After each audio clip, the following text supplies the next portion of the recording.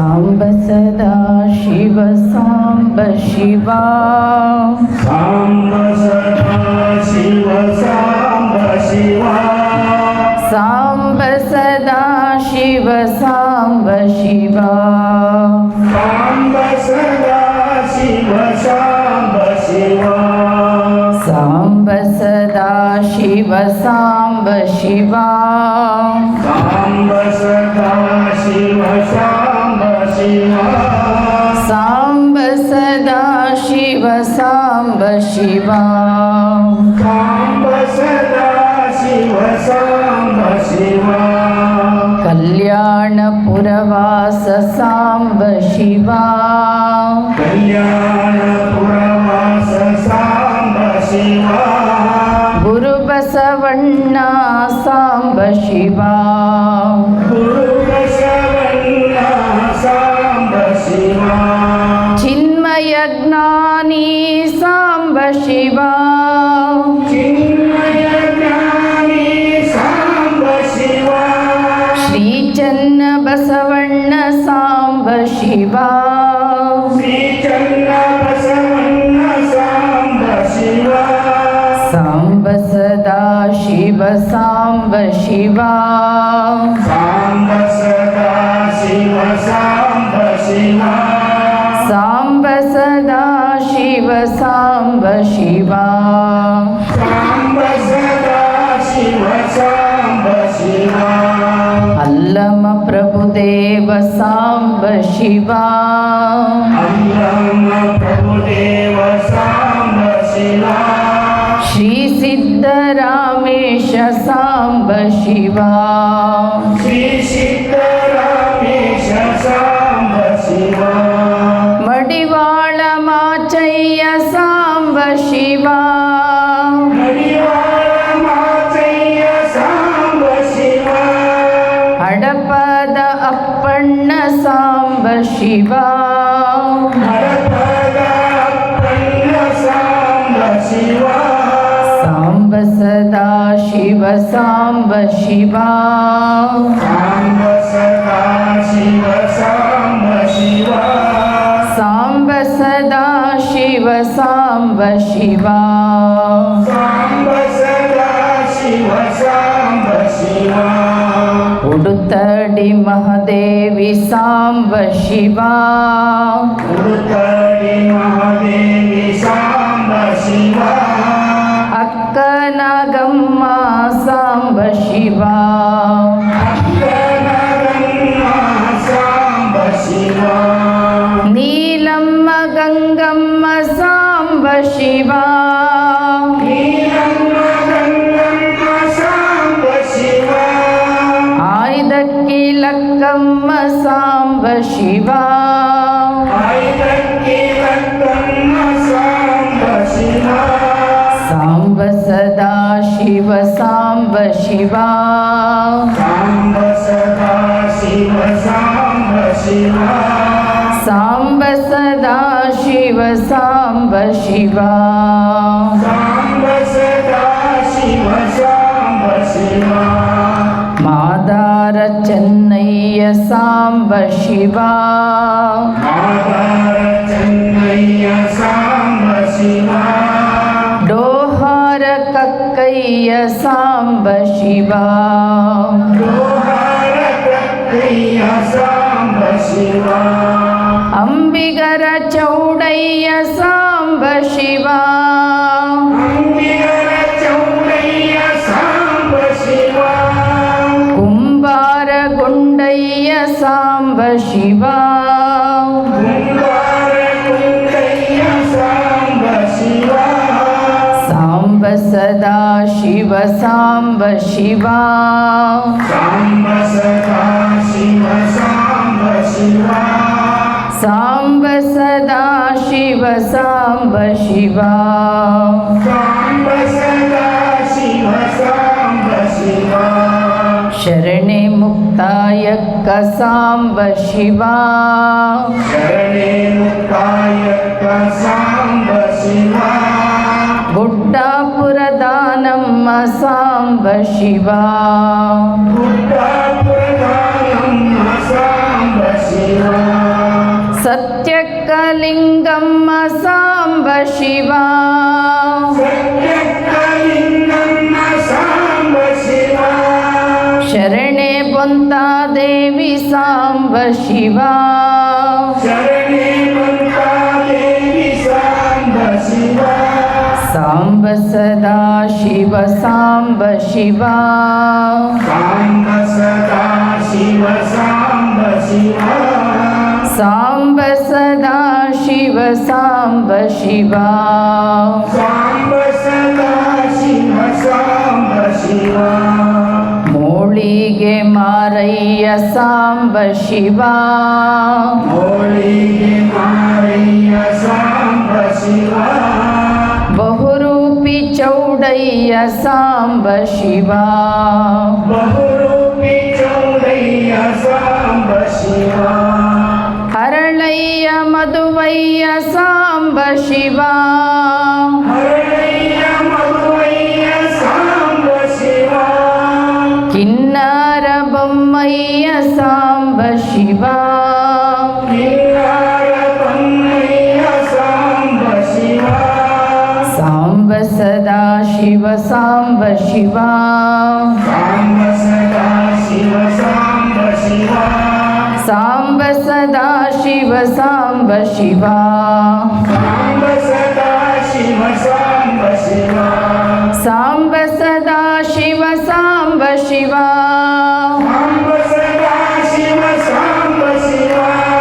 ಸಾಂಬ ಸದಾ ಶಿವ ಸಾಂಬ ಶಿವ ಸಾಂಬ ಸದಾ ಶಿವ ಸಾಂಬ ಶಿವ ಸಾಂಬ ಸದಾ ಶಿವ ಸಾಂಬ ಶಿವ ಸಾಂಬ ಸದಾ ಶಿವ ಸಾಂಬ ಶಿವ ಸಾಂಬ ಸದಾ ಶಿವ ಸಾಂಬ ಶಿವ ಸಾಂಬ ಸದಾ ಶಿವ ಸಾಂಬ ಶಿವ ಸಾಂಬ ಸದಾ ಶಿವ ಸಾಂಬ ಶಿವ ಸಾಂಬ ಸದಾ ಶಿವ ಸಾಂಬ ಶಿವ ಸಾಂಬ ಸದಾ ಶಿವ ಸಾಂಬ ಶಿವ ಜೈ ಗುರು ಬಸವೇಶ್ವರರ ಮಹಾದೇವ್.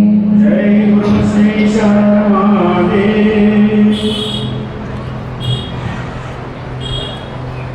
ಬಸವಣ್ಣನೇ ತಾಯಿ, ಬಸವಣ್ಣನೇ ತಂದೆ, ಬಸವಣ್ಣನೇ ಪರಮ ಬಂಧುವಿನಗೆ ವಸುದೀಶ ಕಪಿಲ ಸಿದ್ಧ ಮಲ್ಲಿಕಾರ್ಜುನ ನಿಮ್ಮ ಹೆಸರಿಟ್ಟ ಗುರು ಬಸವಣ್ಣನಯ್ಯ.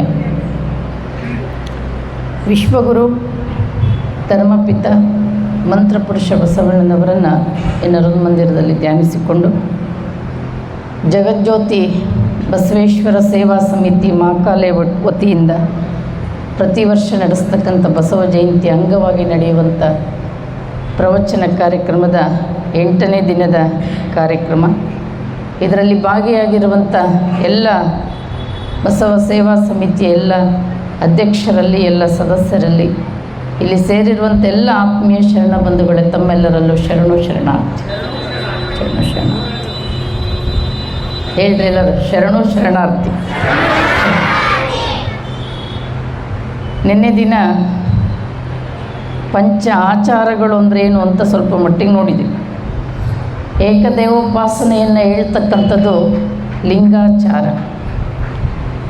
ಲಿಂಗಧಾರಿಯಾಗಿರ್ತಕ್ಕಂಥವನು ಸತ್ಯಶುದ್ಧ ಕಾಯಕದಿಂದ ಹಣವನ್ನು ಸಂಪಾದನೆಯನ್ನು ಮಾಡಿ ದಾಸೋಹದ ತತ್ವದ ಮೂಲಕ ಸಮಷ್ಟಿಗಳಿಗೆ ಉಪಯೋಗಿಸಿ ಸದಾ ಆಚಾರವಂತನಾಗಿರಬೇಕು ಅಂತ ಹೇಳ್ತಕ್ಕಂಥದ್ದು ಸದಾಚಾರ. ದೇವನೊಬ್ಬ, ನಾವೆಲ್ಲರೂ ಅವನ ಮಕ್ಕಳು, ಜಾತಿ ಭೇದವನ್ನು ಮಾಡಬಾರ್ದು ಅಂತ ಹೇಳ್ತಕ್ಕಂಥದ್ದು ಶಿವಾಚಾರ.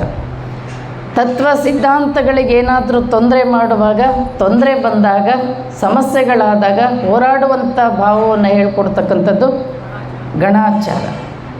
ಜಗತ್ತು ದೊಡ್ಡದು, ಎಲ್ಲರೂ ದೊಡ್ಡವರು, ನಾನು ಸಣ್ಣವನು, ಪ್ರಧಾನಮಂತ್ರಿ ದೊಡ್ಡವನು ಅಂತ ಹೇಳಿದ ಮಾತ್ರಕ್ಕೆ ಭಾರತಕ್ಕಿಂತ ದೊಡ್ಡವನೇನಲ್ಲ. ಹಾಗೆ ನಾನು ಸಣ್ಣವನು, ಸಮಾಜ ದೊಡ್ಡದು ಅನ್ನುವಂಥ ಭಾವ, ಸೇವಾ ಭಾವನೆಯನ್ನು ಹೇಳ್ಕೊಡ್ತಕ್ಕಂಥದ್ದು ನೃತ್ಯಾಚಾರ. ನಂತರ ಅಷ್ಟಾವರಣ, ಪಂಚ ಆಚಾರ, ಶಟಸ್ಥಲಗಳು. ಮನುಷ್ಯ ಮಾನವ ಜನ್ಮವನ್ನು ಸಾರ್ಥಕತೆಯನ್ನು ಪಡ್ಕೊಳ್ಳಿಕ್ಕೆ ಇವೆಲ್ಲವೂ ಸಾಧನಗಳು, ಮೆಟ್ಟಿಲುಗಳು. ಅಷ್ಟಾವರಣ, ಪಂಚಾಚಾರಗಳು. ಈ ಅಷ್ಟಾವರಣ ಪಂಚಾಚಾರಗಳು ಸಾಧಕನಿಗೆ ಒಂದು ರೀತಿಯಲ್ಲಿ ಪರೋಕ್ಷವಾಗಿ ಕಾರಣ ಆದರೆ, ಶಟಸ್ಥಲಗಳೇನಿದೆ ಮನುಷ್ಯ ಸಾಧಕನ ಒಂದು ನೇರವಾದ ಸಂಬಂಧ. ಅವು ಆಂತರಿಕವಾಗಿ ತಾನೇ ಏರಬೇಕಾಗಿರ್ತಕ್ಕಂಥ ಮೆಟ್ಟಿಲುಗಳು, ಅದನ್ನು ಬಹುಶಃ ಹೇಳಿದರೆ ರುಚಿ ಅನ್ನಿಸ್ಲಿಕ್ಕಿಲ್ಲ, ಅದು ಅನುಭವಿಸಿದರೆ ಮಾತ್ರ ಅದು ರುಚಿ ಅನ್ನಿಸ್ತದೆ. ಈಗ ಒಂದು ಧಾರವಾಡದ ಪೇಡ ಇರ್ತದೆ, ಆ ಪೇಡ ನಾನು ತಿನ್ನಲಾರ್ದಂಗೆ ಅದು ಹಂಗಿದೆ ಹಿಂಗಿದೆ ಅಂತ ಹೇಳಿದರೆ ಅದರ ರುಚಿ ಯಾರಿಗೂ ಬರಲಿಕ್ಕೆ ಸಾಧ್ಯ ಇಲ್ಲ, ಅದನ್ನು ತಿಂದು ಅನುಭವಿಸಿದಾಗ ಮಾತ್ರ. ಹಾಗೆ ಶಟಸ್ಥಲಗಳು ಕೂಡ ಅದು ಅನುಭವ ವೇದ್ಯ. ಶಟಸ್ಥಲಗಳು ಅನುಭವ ವೇದ್ಯ. ಷಟ್ ಅಂದರೆ 6, ಸ್ಥಳ ಅಂದರೆ ಸೋಪಾನ, ಮೆಟ್ಟಿಲುಗಳು.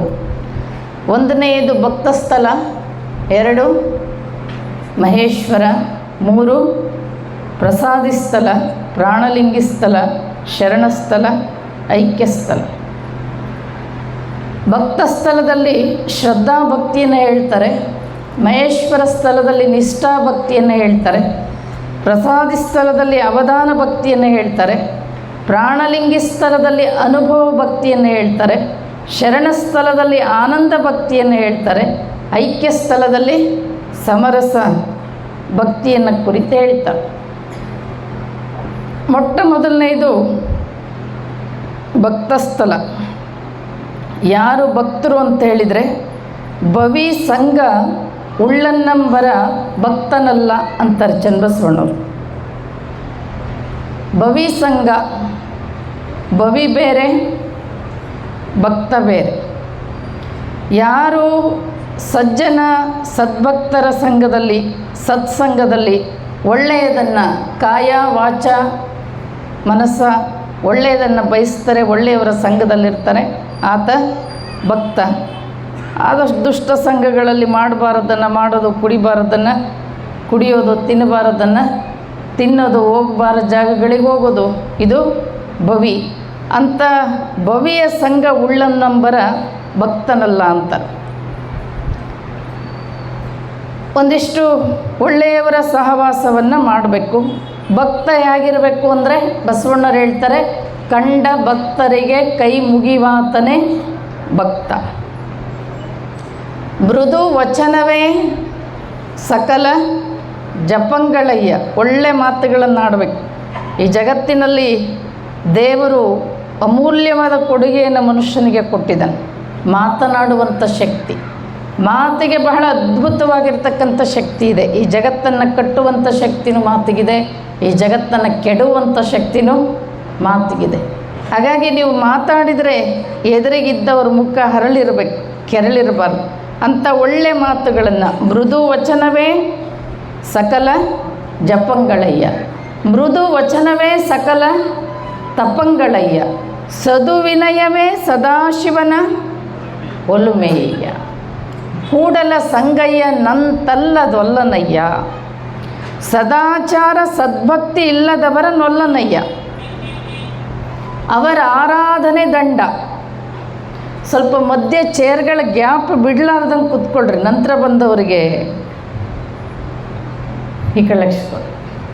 ಸದಾಚಾರ ಸದ್ಭಕ್ತಿ ಇಲ್ಲದವರ ನೊಲ್ಲನಯ್ಯ, ಅವರ ಆರಾಧನೆ ದಂಡ, ನಿತ್ಯ ನಿತ್ಯ ಪ್ರಾಯಶ್ಚಿತ್ತವನೊಲ್ಲ ಕೂಡಲ ಸಂಗಮ ದೇವ ಭೂಭಾರಾಕರ ಅಂದರು. ದೇವರು ಎದಕ್ಕೆ ಒಲಿತಾನೆ ಅಂದರೆ ಸದಾಚಾರಕ್ಕೆ ಒಲಿತಾನೆ, ಸದ್ಭಕ್ತಿಗೆ ಒಲಿತಾನೆ. ನಾವೆಷ್ಟು ಆಚಾರಗಳನ್ನು ಮಾಡ್ತೀವಿ? 1 ಅನಾಚಾರದ ಭಕ್ತಿ, 2 ದುರಾಚಾರದ ಭಕ್ತಿ, 3 ಮೂಢಾಚಾರದ ಭಕ್ತಿ, 4 ಕಂದಾಚಾರದ ಭಕ್ತಿ, 5 ಶುಷ್ಕಾಚಾರದ ಭಕ್ತಿ, 6 ಡಂಬಾಚಾರದ ಭಕ್ತಿ. ಏ ಕೂಡಿಸ್ಕೊಳ್ರಿ, ಯಾರು ಮಗು ನೋಡಿ ಗಲಾಟೆ ಮಾಡಿಸ್ಬೇಡಿ. ದೇವರು ಒಲಿಯೋದು ಪ್ರೀತಿಗೆ, ಸ್ನೇಹಕ್ಕೆ. ಎಷ್ಟು ಚಂದ ಹೇಳ್ತಾರೆ ಬಸವಣ್ಣವರು, ಒಲವಿಲ್ಲದ ಪೂಜೆ, ಸ್ನೇಹವಿಲ್ಲದ ಮಾಟ. ಆ ಪೂಜೆ ಆ ಮಾಟ ಚಿತ್ರದ ರೂಹು ಕಾಣಿರಣ್ಣ, ಚಿತ್ರದ ಕಬ್ಬು ಕಾಣಿರಣ್ಣ. ಅಪ್ಪಿದೆಡೆ ಸುಖವಿಲ್ಲ, ಮೆಲಿದೆಡೆ ದೇವರಲ್ಲಿ ಪ್ರೀತಿಯಿಂದ, ಸಖ್ಯ ಭಾವದಿಂದ, ಸ್ನೇಹ ಭಾವದಿಂದ ಪೂಜಿಸ್ಬೇಕಂತ. ನಮ್ಮ ಭಕ್ತಿಗಳು ಹೆಂಗಿರ್ತವೆ? ವ್ಯಾಪಾರಿ ಭಕ್ತಿ ಅಂತ ಒಂದು ರೀತಿ ಭಕ್ತಿ, ಭಯಭೀತ ಭಕ್ತಿ, ಅಸೂಯ ಭಕ್ತಿ. ಭಯಭೀತ ಭಕ್ತಿ ಅಂದರೆ ದೇವರಲ್ಲಿ ಪ್ರೀತಿ ವಿಶ್ವಾಸದಿಂದ ಪೂಜೆ ಮಾಡೋದಿಲ್ಲ, ಮಾಡದೇ ಇದ್ದರೆ ಎಲ್ಲಿ ಶಾಪ ಕೊಡ್ತಾನೋ ಅಂತ ಮಾಡೋದು. ಮನೆ ದೇವರಿಗೆ ಹೋಗಿ ಬರ್ದೇ ಇದ್ದರೆ ಎಲ್ಲಿ ಅವನು ಏನು ಮಾಡಿಬಿಡ್ತಾನೋ ಅಂತ ಭಯದಿಂದ ಮಾಡೋದು. ಆಮೇಲೆ ಬಲಿ ಕೊಡದೇ ಇದ್ದರೆ, ಹರಕೆ ಪೂರೈಸದೇ ಇದ್ದರೆ ಏನು ನಮಗೆ ತೊಂದರೆ ಕೊಟ್ಟುಬಿಡ್ತಾನೋ ಅಂತ ಭಯದಿಂದ ಮಾಡೋದು. ಇದಕ್ಕೆ ಭಯಭೀತ ಭಕ್ತಿ ಅಂತಾರೆ. ಇಂಥ ಭಕ್ತಿಗೆ ದೇವರು ಒಲಿಲಿಕ್ಕೆ ಸಾಧ್ಯ ಇಲ್ಲ. ಅಲ್ಲಿ ಯಾವುದು ಇಚ್ಛೆನೂ ಇಲ್ಲ, ಉತ್ಕಟ ಪ್ರೀತಿ ವಿಶ್ವಾಸ ಏನೂ ಇರಲ್ಲ. ಭಯದಿಂದ ಮಾಡದೇ ಇದ್ದರೆ, ಜಗಲ ಮೇಲೆ ಮ್ಯೂಸಿಯಂ ಇಟ್ಕೊಂಡಂಗೆ ಇಟ್ಕೊಂಡಿರೋದು, ಮಾಡದಿದ್ದರೆ ಎಲ್ಲಿ ಶಾಪ ಕೊಟ್ಬಿಡ್ತಾವೋ ಅಂತ ಮಾಡೋದು.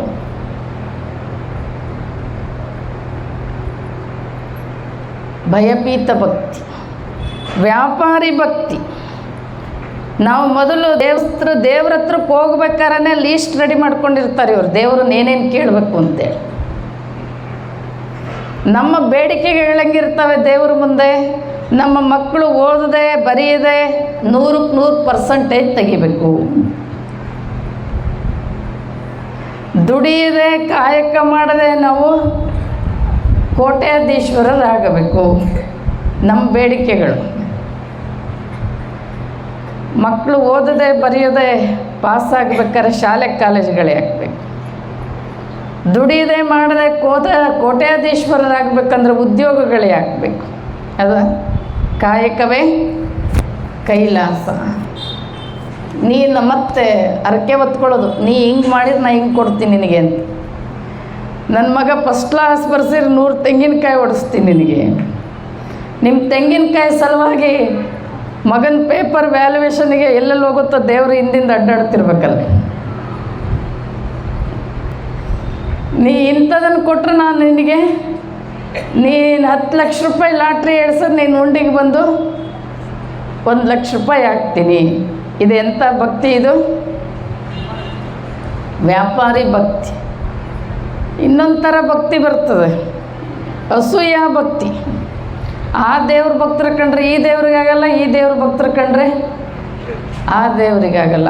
ಇವ್ರು ಬೈತಿರ್ತಾರೆ, ಇವ್ರನ್ನ ಅವರು ಬೈತಿರ್ತಾರೆ. ನಾಮದವ್ರು ಕಂಡ್ರೆ ವಿಭೂತಿಯವ್ರಿಗಾಗಲ್ಲ, ವಿಭೂತಿಯವ್ರು ಕಂಡ್ರೆ ಇದಕ್ಕೆ ಅಸೂಯ ಭಕ್ತಿ ಅಂತ. ದೇವರು ಎದಕ್ಕೆ ಕೊಲಿತಾನೆ ಅಂದರೆ ಅನಾಚಾರದ ಭಕ್ತಿ ಅಂತ ಒಂದು ಬರ್ತದೆ. ಅನಾಚಾರದ ಭಕ್ತಿ ಅಂದರೆ ಸುಮ್ಮನೆ ನನ್ನ ಮೈಯಲ್ಲಿ ದೇವ್ರು ಬಂದದೆ ಅಂತ ಕುಣಿಯೋದು, ಇಂಥವೆಲ್ಲ ಮಾರ್ಗಗಳನ್ನು ಮಾಡತಕ್ಕಂಥದ್ದು ಅಸೂಯ ಭಕ್ತಿ. ಆಮೇಲೆ ಅನಾಚಾರದ ಭಕ್ತಿ, ದುರಾಚಾರದ ಭಕ್ತಿ ಅಂದರೆ ದೇವರ ಹೆಸರಿನಲ್ಲಿ ಭಂಗಿ ಸೇದೋದು, ದೇವರ ಹೆಸರಿನಲ್ಲಿ ಕುಡಿಯೋದು, ದೇವರ ಹೆಸರಿನಲ್ಲಿ ಬಲಿ ಕೊಡೋದು, ದೇವರ ಹೆಸರಿನಲ್ಲಿ ಇಂಥ ಒಂದಿಷ್ಟು ವಾಮ ಮಾರ್ಗಗಳನ್ನು ಮಾಡೋದೇನಿದೆ ಅಲ್ಲ, ಇದಕ್ಕೆ ದುರಾಚಾರದ ಭಕ್ತಿ. ಇದಕ್ಕೂ ದೇವರು ಒಲಿಯೋದಿಲ್ಲ. ಆಮೇಲೆ ಮೂಢಾಚಾರದ ಭಕ್ತಿ. ದೇವರಿಗೆ ಹರಕೆ ಹೊತ್ಕೋತಾರೆ. ಏನು ಹರಕೆ ಹೊತ್ಕೋತಾರೆ? ನನ್ನ ತಲೆ ಮೇಲೆ ನಾನು ಕೂದಲಾಗಿ ಕೊಡ್ತೀನಿ ಅಂತ ಹರಕೆ ಹೊತ್ಕೋತಾರೆ. ನಾನು ನಿನಗೇನೋ ಕರ್ಪೂರ ಸುಡುತ್ತೀನಿ, ಇಷ್ಟು ಕ್ವಿಂಟಲ್ ಗಟ್ಟಲೆ ಕೊಬ್ಬರಿ ಸುಡುತ್ತೀನಿ, ನಾ ಇಂಥದ್ದೇನೇನೋ ಕೊಡ್ತೀನಿ ಅಂತ ಹರಕೆ ಹೊತ್ಕೊಡ್ತಾರೆ. ನಮ್ಮಲ್ಲಿ ಸದ್ಗುಣಗಳನ್ನು ಕೆಟ್ಟ ಗುಣಗಳನ್ನು ಬಿಡ್ತೀನಿ ಅಂತ ಯಾರೂ ಹರಕೆ ಹೊತ್ಕೊಳ್ಳಲ್ಲ. ನಿಜವಾಗ್ಲೂ ನಿಮಗೆ ದೇವರು ಒಲಿಬೇಕು ಅಂತಿದ್ದರೆ ಒಂದೊಂದು ಸಾರಿ, ಒಂದೊಂದು ವರ್ಷ, ಒಂದೊಂದು ಬಸವ ಜಯಂತಿ ಬಂದಾಗ ಒಂದೊಂದು ಗುಣಗಳನ್ನು ಬಿಡ್ತೀನಿ ಅಂತ ಹರಕೆ ಹೊತ್ಕೋಬೇಕು. ನಾನು ಸುಳ್ಳು ಹೇಳೋದನ್ನು ಬಿಡ್ತೀನಿ, ಅಷ್ಟು ಒಂದೇ ವರ್ಷ ಬಿಡ್ರಿ ಅಂತಿಲ್ಲ. ಒಂದೊಂದು ವರ್ಷ ನಾನು ಕಳ್ಳತನ ಮಾಡೋದನ್ನು ಬಿಡ್ತೀನಿ, ಇನ್ನೊಬ್ಬರಿಗೆ ಮೋಸ ಮಾಡೋದನ್ನು ಬಿಡ್ತೀನಿ, ನಾನು ಲಂಚ ತಗೊಳ್ಳೋದನ್ನು ಬಿಡ್ತೀನಿ, ವಂಚನೆಯನ್ನು ಮಾಡೋದನ್ನು ಬಿಡ್ತೀನಿ. ಈ ರೀತಿ ಹರಕೆ ಹೊತ್ಕೊಂಡ್ರೆ ದೇವರು ಒಲಿತಾನೆ. ಬಿಟ್ಟರೆ ತಲೆ ಮೇಲಿನ ಕೂದಲಿಗೂ ದೇವರಿಗೂ ಏನು ಸಂಬಂಧ? ನಾವು ಊಟ ಮಾಡುವಾಗ ತಾಟ್ನಾಗ ಒಂದು ಕೂದಲ ಬಂದರೆ ಉಣ್ಣಂಗಾಗಲ್ಲ. ನೀವೆಷ್ಟು ಜಾಣ್ರಿದ್ದೀರಿ ಅಂದರೆ ನಾನು ಮೂಗು ಕೊಡ್ತೀನಿ ಅಂತ ಯಾರೂ ಹರಕೆ ಹೊತ್ಕೊಳ್ಳಲ್ಲ, ನಾನು ಕಿವಿ ಕೊಡ್ತೀನಿ ಅಂತ ಯಾರೂ ಹರಕೆ ಹೊತ್ಕೊಳ್ಳಲ್ಲ, ನಂದೊಂದು ಕೈ ಕೊಡ್ತೀನಿ ಅಂತ ಯಾರೂ ಹರಕೆ ಹೊತ್ಕೊಳ್ಳಲ್ಲ, ನಂದೊಂದು ಕಣ್ಣು ಕೊಡ್ತೀನಿ ಅಂತ ಯಾರೂ ಹರಕೆ ಹೊತ್ಕೊಳ್ಳಲ್ಲ. ನಿಮಗೆಲ್ಲರಿಗೂ ಗೊತ್ತು ಕೂದಲು ಕತ್ತರಿಸಿದ್ರೆ ಬರ್ತವೆ ಅಂತ. ನಿಮಗೂ ದೇವರಿಗೂ ಕೂದಲಿಗೂ ಯಾವ ಸಂಬಂಧನೂ ಇಲ್ಲ. ನಿಮ್ಮ ಕೂದಲಿಂದ ಸಂಬಂಧ ದೇವಸ್ಥಾನದ ಕಮಿಟಿಯವ್ರಿಗೈತಿ. 45,000 ಏನೋ ಕ್ವಿಂಟಲ್ಲು, 50,000 ಕೂದಲು.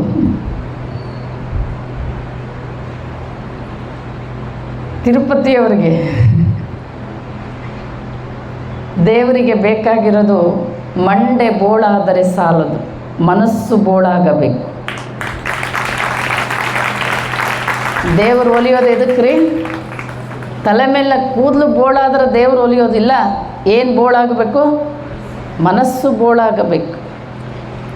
ಯಾವುದಕ್ಕೆ ಒಲಿತಾನೆ ಅಂತ ತಿಳುವಳಿಕೆ ಇಲ್ಲದೆ ಅರಕೆ ಹೊತ್ಕೊಳ್ಳುವಂಥದ್ದೇನಿದೆಯಲ್ಲ, ಇದಕ್ಕೆ ಮೂಢಾಚಾರದ ಭಕ್ತಿ. ಆಮೇಲೆ ಕಂದಾಚಾರದ ಭಕ್ತಿ. ಕೆಲವ್ರು ಭಾಳ ಮೂಢನಂಬಿಕೆಗಳು ಮಾಡ್ತಾರೆ. ಯಾಕ್ರಿ ಹಿಂಗ್ರಿ ಅಂದರೆ, ನಮ್ಮ ಅತ್ತೆ ನಮ್ಮ ಮಾವ ಎಲ್ಲ ಮಾಡ್ಕೊಂಬಂದಿದ್ರು ನಾವು ಮಾಡ್ತೀವಿ, ಅವ್ರು ಯಾಕೆ ಮಾಡ್ತಿದ್ರು ನಾವು ಯಾಕೆ ಮಾಡ್ತೀವಿ. ಆ ಮೊದಲೆಲ್ಲ ಮುದುಕಿರು ರಾತ್ರಿ ಹೊತ್ತು ಹೇಳೋರು, ರಾತ್ರಿ ಹೊತ್ತು ಕಸ ಗುಡಿಸ್ಬಾರ್ದು, ಕಸ ಬಿಸಾಕಬಾರ್ದು, ಅದು ಲಕ್ಷ್ಮಿ ಅಂತಿದ್ರು. ಯಾಕಂದ್ರೆ ಅವಾಗೆಲ್ಲ ಚಿಮಣಿ ಇರ್ತಿದ್ವು, ಅವಕ್ಕೇನಂತೀರಿ ನೀವು, ಕತ್ಲಿರ್ತಿತ್ತು, ವಿದ್ಯುತ್ ಬೆಳಕಿರಲಿಲ್ಲ. ರಾತ್ರಿ ಹೊತ್ತು ಕಸ ಗುಡಿಸಿ ಅಕಸ್ಮಾತ್ ಏನಾದ್ರು ಒಂದು ಮೂಗಿನ ನತ್ತ, ಒಂದು ಕಿವಿದೋ ಏನಾದರೂ ಬೆಲೆ ಬಾಳದ ಕಸದಲ್ಲಿ ತುಂಬಾಕ್ಬಿಟ್ರೆ ಬೆಲೆ ಬಾಳ ವಸ್ತು ಮನೆಯಿಂದ ಹೊರಗಡೆ ಹೋಗಬಾರ್ದು ಅನ್ನೋ ಕಾರಣಕ್ಕೆ ಅವರು ರಾತ್ರಿ ಹೊತ್ತು ಕಸ ಗುಡಿಸ್ಬಾರ್ದು, ಅದು ಆ ಸಂದರ್ಭಕ್ಕೆ ತಕ್ಕ ಹಾಗೆ. ಆದರೆ ಇವತ್ತು ನಾವು ಕಸ ಲಕ್ಷ್ಮಿ ಅಂದರೆ ಅವ್ರು ಯಾಕೋ ಮಾಡ್ತಿದ್ರು, ನಾವು ಅದಕ್ಕೆ ಯಾಕೆ ಅಂತ ಗೊತ್ತಿಲ್ಲ. ಒಂದು ಊರಿನಲ್ಲೊಬ್ಬ ಗೌಡ್ರು ಮಗಳು ಮದುವೆ ಮಾಡಬೇಕಾಗಿತ್ತು. ಹಳ್ಳಿ ಒಳಗೆ ಇಲಿ ಕಾಟ ಅಂತ ಬೆಕ್ಕು ಸಾಕಿದ್ರು. ಬೆಕ್ಕೊಂದು 4 ಮರಿ ಹಾಕಿದ್ವು. ಅವು ಏನು ಮಾಡಿದ್ವು, ಕಾಲಾಗಿ ಅಡ್ಡಾಡ್ತಿದ್ವು. ಮಗಳು ಮದುವೆ ಫಿಕ್ಸ್ ಆಗಿತ್ತು. ಇವು ಬೀಗರು ಎಲ್ಲ ಬರ್ತಾರೆ, ಕಾಲ ತುಳಿತಾರೆ ಅಂತ ಏನು ಮಾಡ್ದೆ, ಈತ ಒಂದು ಸಪ್ರೇಟಾಗಿ ಅದಕ್ಕೆ ಪಂಜರ ಮಾಡಿಸಿ ಕೂಡಾಕಿ ಮದುವೆ ಮಾಡ್ದೆ. ಆ ಗೌಡಿಗೊಬ್ಬ ಮಗ ಇದ್ದ. ಅವನು ಗೌರ್ಮೆಂಟ್ ಜಾಬ್ ಸಿಕ್ಕಿತ್ತು, ಗುಲ್ಬರ್ಗದಲ್ಲಿ ಮನೆ ಮಾಡಿದ್ದ. ಅವ್ರ ಅಕ್ಕನ ಮದುವೆ ಮಾಡ್ಬೇಕಾರೆ ನಮ್ಮಪ್ಪ ಏನೇನು ಮಾಡಿದ್ದ ನೋಡ್ತಾ ಇದ್ದ. ಇವನು ಮನೆ ಮಾಡಿ ಇಲ್ಲಿ ಮಗಳು ಮದುವೆ ಮಾಡುವಂಥ ಸಂದರ್ಭದಲ್ಲಿ ಅಪ್ಪ ಸತ್ತೋಗಿದ್ದ. ಇವನು ನೆನಪು ಮಾಡಿಕೊಂಡ, ನಮ್ಮಪ್ಪ ನಮ್ಮ ಅಕ್ಕನ ಮದುವೆಗೆ ಏನೇನು ಮಾಡಿದ್ದ. ಬೆಕ್ಕು ಪಂಜರದಲ್ಲಿ ಕೂಡಾಕಿ ಮದುವೆ ಮಾಡಿದ್ದು ನೆನಪಾಯ್ತು ಅವನಿಗೆ. ಸಿಟೆಗೆ ಅಂಥ ಇಲಿ ಕಾಟ ಇರಲಿಲ್ಲ, ಬೆಕ್ಕು ಸಾಕಿರಲಿಲ್ಲ. ಅವತ್ತು ತಿಳ್ಕೊಂಡ, ಇದು ಏನೋ ನೇಮ ಇರಬೇಕು, ಹಳ್ಳಿ ಕಳಿಸಿ ಬಾಡಿಗೆ ಬೆಕ್ಕನ್ನು ತರಿಸಿ ಪಂಜರ ಮಾಡಿ ಕೂಡ ಕಿವ ಮದುವೆ ಮಾಡ್ದ. ಅವ ಯಾಕೆ ಮಾಡಿದ್ದ? ಕಾಲಾಗಿ ಅಡ್ಡಾಡ್ತವೆ ಅಂತ ಮಾಡ್ದ. ಇವ ಯಾಕೆ ಮಾಡ್ದ? ನಾವು ಬರೀ ಕೇಳಿ ಇಲ್ಲೇ ಬಿಟ್ಟು ಹೋಗೋದೆ, ಮತ್ತು ಮನೆಗೆ ಹೋದ್ರೆ ಅವೇ.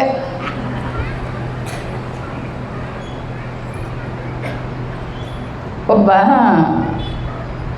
ಮುರುಡೇಶ್ವರಕ್ಕೆ ಹೋಗಿದ್ದ, ಗೋಕರ್ಣ ಮುರುಡೇಶ್ವರಕ್ಕೆ ಸ್ನಾನ ಮಾಡಬೇಕು ಸಮುದ್ರದಲ್ಲಿ ಅಂತ ಕೈಯಾಗೊಂದು ಚರಗಿ ಚೆಂಬು ತಗೊಂಡೋಗಿದ್ದ. ಅಲ್ಲಿ ಏನಾಗಿತ್ತು, ಜೋರಾಗಿ ಗಾಳಿ ಬೀಳಿಸ್ತಾ ಇತ್ತು. ಅಲೆಗಳು ಜೋರಾಗಿ ಬಂದು ದಡಕ್ಕೆ ಅಪ್ಪಳಿಸ್ತಾ ಇತ್ತು. ವಿಚಾರ ಮಾಡಿದ, ಚರಗಿ ಕೊಚ್ಕೊಂಡು ಹೋಗ್ಬಿಡ್ತದೆ, ಹೆಂಗಿದ್ದು ಎತ್ತರದಾಗ ಅಲೆ ಬರ್ತಾ ಇದ್ದಾವೆ, ಹಂಗೆ ಜಳಕ ಮಾಡಿದ್ರಾಯ್ತು, ಚರಗಿ ಬೇಡ ಅಂತ ವಿಚಾರ ಮಾಡಿ ಹೊರಗಡೆ ಇಟ್ಟೋಗೋಣ ಅಂತ ಬಂದ. ಸ್ವಲ್ಪ ಎಲ್ಲ ಮಂದಿ ಜನ ಇದ್ದರು. ಮತ್ತು ಹೊರಗೆ ಇಟ್ಟೋದ್ರ ಚರಗಿ ಯಾರು ತೊಗೊಂಡೋದವ್ರು ಅಂತ ಏನು ದಡದಲ್ಲಿ ಉಸುಗಿತ್ತಲ್ಲ ಮರಳು, ಅದನ್ನು ಗುಂಡಿ ತೋಡ್ದ, ಚರಗಿ ಇಟ್ಟ. ಆಮೇಲೆ ನಾನು ಜಳಕ ಮಾಡಿ ಬಂದಮೇಲೆ ನಾನು ಚರಗಿ ಇಲ್ಲೇ ಇಟ್ಟೀನಿ ಅಂತ ಗೊತ್ತಾಗಲಿ ಅಂತ ಒಂದು ಉಸುಗಿನ ಮರಳಿನ ಗುಡ್ಡೆ ಮಾಡ್ದ. ಅಲ್ಲೊಂದಿಷ್ಟು ಏನೇನೋ ಗಿಡ ಬೆಳೆದಿದ್ವು, ಸಪ್ಪು ಕಿತ್ಕೊಂಬಂದು ಅದಕ್ಕೆ ಸಿಗಿಸ್ತಾ, ಅಂದ್ರೆ ನಾನು ಸ್ನಾನ ಮಾಡಿ ಬಂದಮೇಲೆ ಇಲ್ಲೇ ಇಟ್ಟೀನಿ ಅಂತ ಗೊತ್ತಾಗಲಿ ಅಂತ. ಅಲ್ಲಿಗೆ ಮತ್ತೊಬ್ಬನು ಬಂದ, ನೋಡ್ದ, ಬಹುಶಃ ಯಾಕೆ ಮಾಡಿರ್ಬೇಕು ಇದನ್ನು, ಏನಿರ್ಬೋದು ಅಂತಿಮ ವಿಚಾರ ಮಾಡ್ದ. ಅವನು ಪಕ್ಕ ಒಂದು ಗುಡ್ಡೆ ಮಾಡ್ದ, ಅವನು ಕಿತ್ಕೊಂಬಂದ, ಅವನು ಇನ್ನೊಬ್ಬನು ಬಂದ, ಅವನು ಮಾಡ್ದ, ಅವನು ಹೋದ. ಈ ನಿಜವಾದವನೇನು ಚರಗಿ ಇಟ್ಟು ಹೋಗಿದ್ನಲ್ಲ, ಅವನು ವಾಪಸ್ ಬರೋದ್ರೊಳಗೆ ಇಲ್ಲಿ 100 ಗುಡ್ಡೆಗಳಾಗಿದ್ವು. ಅವ ಯಾಕೆ ಮಾಡಿದ್ದ?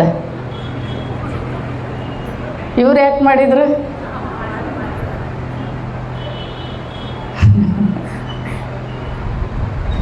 ಕಂದಾಚಾರದ ಭಕ್ತಿ.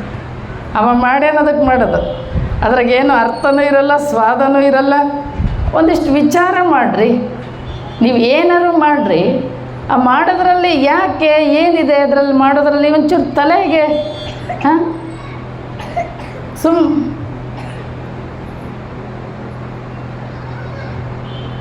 ಕಂದಾಚ ಅವ್ರು ಮಾಡ್ಕೊತ ಬಂದಾರೆ. ಈಗೆಲ್ಲ ಗ್ರಹಣ ಗಿಹಣ ಆದಾಗ ಏನು ನೀರು ಚೆಲ್ಲೋದೆಲ್ಲ ಮಾಡ್ತೀರಾ?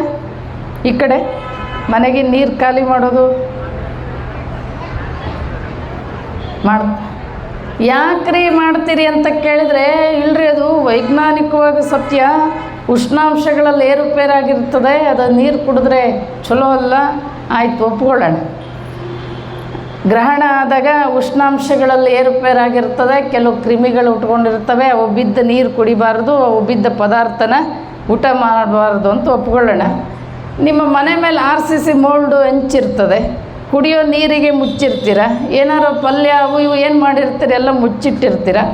ಆ ಕಿರಣಗಳು ಅವನ್ನೆಲ್ಲ ತೂರಿಸ್ಕೊಂಡು ಬಂದು ಅದರೊಳಗೆ ಬೀಳ್ತವೇನ್ರಿ? ಬೀಳಲ್ಲ. ಒಂದು ವೇಳೆ ಬೀಳುತ್ತೆ ಅಂತ ಇಟ್ಕೊಳ್ಳೋಣ.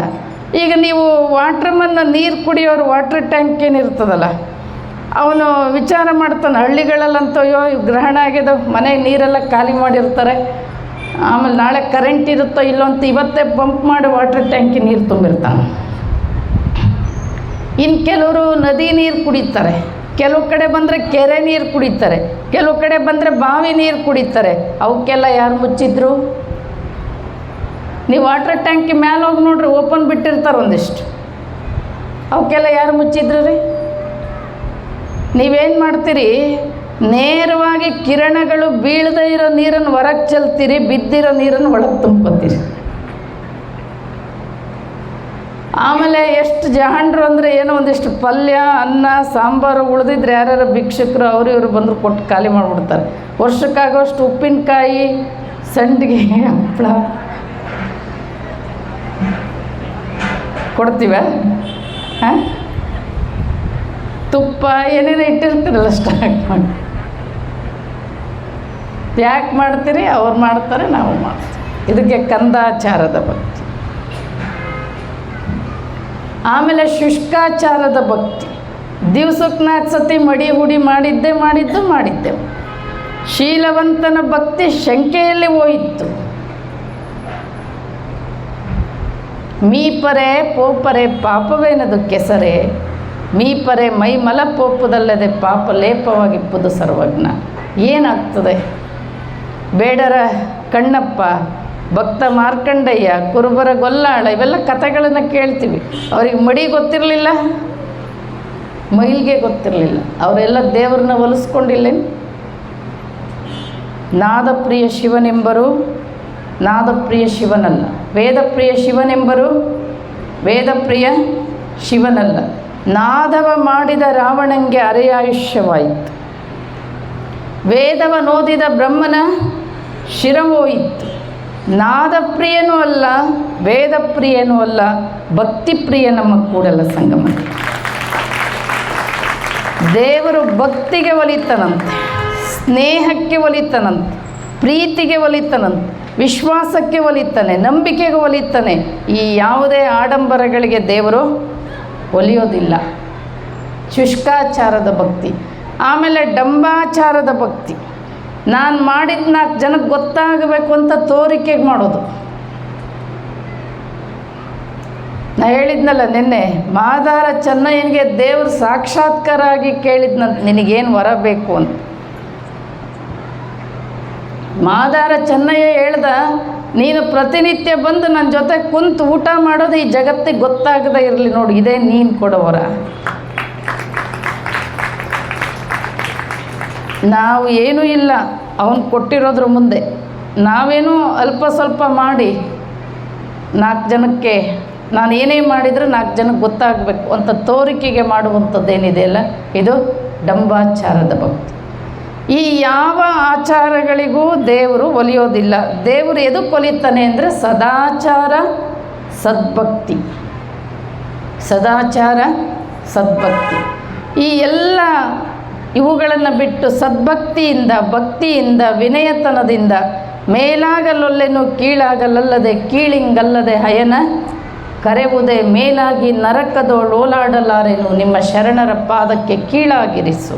ಬ್ರಹ್ಮ ಪದವಿಯನೊಲ್ಲೆ, ವಿಷ್ಣು ಪದವಿಯನೊಲ್ಲೆ, ರುದ್ರ ಪದವಿಯನೊಲ್ಲೆ, ಮತ್ತಾಮ ಪದವಿಯನೊಲ್ಲೆ, ನಿಮ್ಮ ಶರಣರ ಪಾದವನ್ನರಿದಿಪ್ಪ ಮಹಾಪದವಿಯನ್ನೇ ಕರುಣಿಸು. ಬಾಗಿದ ತಲೆ ಮುಗಿದ ಕೈಯಾಗಿರಿಸು ಕೂಡಲ ಸಂಗಮ ದೇವ. ಇದು ಭಕ್ತಸ್ಥಳದ ಲಕ್ಷಣ. ಇದು ಭಕ್ತಸ್ಥಳದ ವ್ಯಕ್ತಿ ಹೇಗಿರ್ತಾನೆ ಅಂದರೆ ಯಾವಾಗಲೂ ಬಾಗಿದ ತಲೆ ಮುಗಿದ ಕೈಯಾಗಿರುತ್ತದೆ. ನಾನು ಅನ್ನೋ ಅಹಂಕಾರ ಇರೋದಿಲ್ಲ. ನಾನು ನನ್ನದು ಈ ಎಲ್ಲ ಗೂಟಗಳನ್ನು ಸಿಗಾಕ್ಕೊಂಡಿದ್ದರೆ ನಾವು ಗುರಿ ಮುಟ್ಟಲಿಕ್ಕೆ ಸಾಧ್ಯ ಇಲ್ಲ. ಒಂದು 7-8 ಜನ ಕೆಲಸಕ್ಕೆ ಬಂದಿದ್ದರು ಗುಲ್ಬರ್ಗ ಪಕ್ಕದ ಒಂದು ಹಳ್ಳಿಯವರು.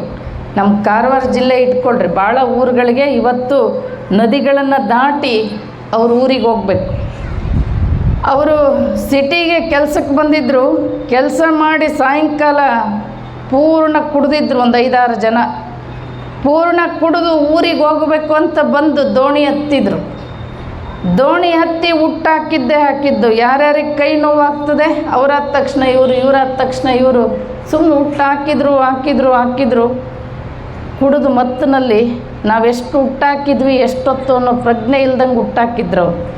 ಆಮೇಲೆ ಮತ್ತೆ ಇಳಿತಾ ಒಂಚೂರು ಎಚ್ಚರ ಆಯಿತು. ಒಬ್ಬನಂದ, ಏನೋ ರಾತ್ರೆಲ್ಲ ಹಾಕಿವಿ ಎಷ್ಟೊತ್ತು, ಎಲ್ಲಿಗೆ ಬಂದೀವಿ ನೋಡ್ರು ಅಂತಂದ ಒಬ್ಬ. ಆಮೇಲೆ ಇನ್ನೊಬ್ಬನ ಹೌದಲ್ಲ ಅಂತ ತಿರುಗಿ ನೋಡ್ತಾರೆ, ಅಲ್ಲಿ ದೋಣಿಗಳ ನಿಲ್ಲಿಸಿದಾಗ ಗೂಟಕ್ಕೆ ಕಟ್ಟಿರ್ತಾರೆ. ಆ ಗೂಟದ ಕಟ್ಟೆ ಬಿಚ್ಚಿರಲಿಲ್ಲ, ರಾತ್ರೆಲ್ಲ ಹಾಕಿದ್ರು.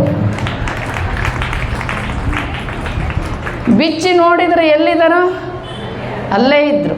ಹಾಗೆ ನಾನು ನನ್ನದು, ನನ್ನಿಂದ ಮಮಕಾರ ಇವೆಲ್ಲ ಏನಿದಾವಲ್ಲ ಅಹಂಕಾರ, ಇವುಗಳು ಗೂಟಕ್ಕೆ ಸಿಗಾಕ್ಕೊಂಡು ನಾನು ಆ ಪೂಜೆ ಮಾಡಿದೆ ಈ ಪೂಜೆ ಮಾಡಿದೆ ನಾನು ಎಷ್ಟೋ ದೂರ ಹೋಗಿವೆ ಅಂತ ತಿಳ್ಕೊಂಡಿರ್ತೀವಿ. ತೆಗೆದು ನೋಡಿದ್ರೆ ಎಲ್ಲಿರ್ತೀವಿ ಅಲ್ಲೇ ಇರ್ತೀವಿ. ಬಿಚ್ಚೇ ಇರಲ್ಲ ಗೂಟದ ಕಟ್ಟನ್ನು ಬಿಚ್ಚೇ ಇರಲ್ಲ, ಎಲ್ಲಿಗೆ ಹೋಗ್ತೀವಿ. ಅಳೆಯುತ್ತಾ ಬಳಲುವರಲ್ಲದೆ ಕೊಳಗ ಬಳಲುವುದೇ, ನಡೆಯುತ್ತಾ ಬಳಲುವರಲ್ಲದೆ ಬಟ್ಟೆ ಬಳಲುವುದೇ, ನಿಜವನರಿಯದ ಭಕ್ತ ಬಳಲುವನಲ್ಲದೆ ಲಿಂಗ ಬಳಲು. ನಮ್ಮ ಭಕ್ತಿ ಎಳ್ಕಾಳಷ್ಟು ದೇವರಿಗೆ ಮುಟ್ಟಿರೋದಿಲ್ಲ. ಸದಾಚಾರ ಸದ್ಭಕ್ತಿಯಿಂದ ಭಕ್ತಸ್ಥಳದ ವ್ಯಕ್ತಿ ಗುರುವಿನಿಂದ ಸರಿಯಾದ ಮಾರ್ಗದರ್ಶನವನ್ನು ತಿಳ್ಕೊಂಡು ಶ್ರದ್ಧೆಯಿಂದ ಭಕ್ತಿಯಿಂದ ಪೂಜೆ ಮಾಡ್ತಿರ್ತಾನೆ. ಎಲ್ಲನೂ ದೇವರೇ ಅನ್ನುವಂಥ ಸರ್ವಾರ್ಪಣ ಭಾವನೆಯಿಂದ ಆ ಭಕ್ತಿಯಿಂದ ಪೂಜೆ ಮಾಡ್ತಾ ಶ್ರದ್ಧಾ ಭಕ್ತಿ ಏನಾಗ್ತದೆ, ನಿಷ್ಠೆ ಆಗುತ್ತಂಥದ್ದು. ಶ್ರದ್ಧಾ ಹೋಗಿ ಏನಾಗ್ತದೆ, ನಿಷ್ಠೆ ಆಗ್ತದೆ. ಶ್ರದ್ಧಾ ಭಕ್ತಿಯಲ್ಲಿ ಭಕ್ತ ಸ್ಥಳದಲ್ಲಿ ಸ್ವಲ್ಪ ಆ ಕಡೆ ಈ ಕಡೆ ಹೋಗೋ ಚಾನ್ಸಸ್ ಇರ್ತದೆ.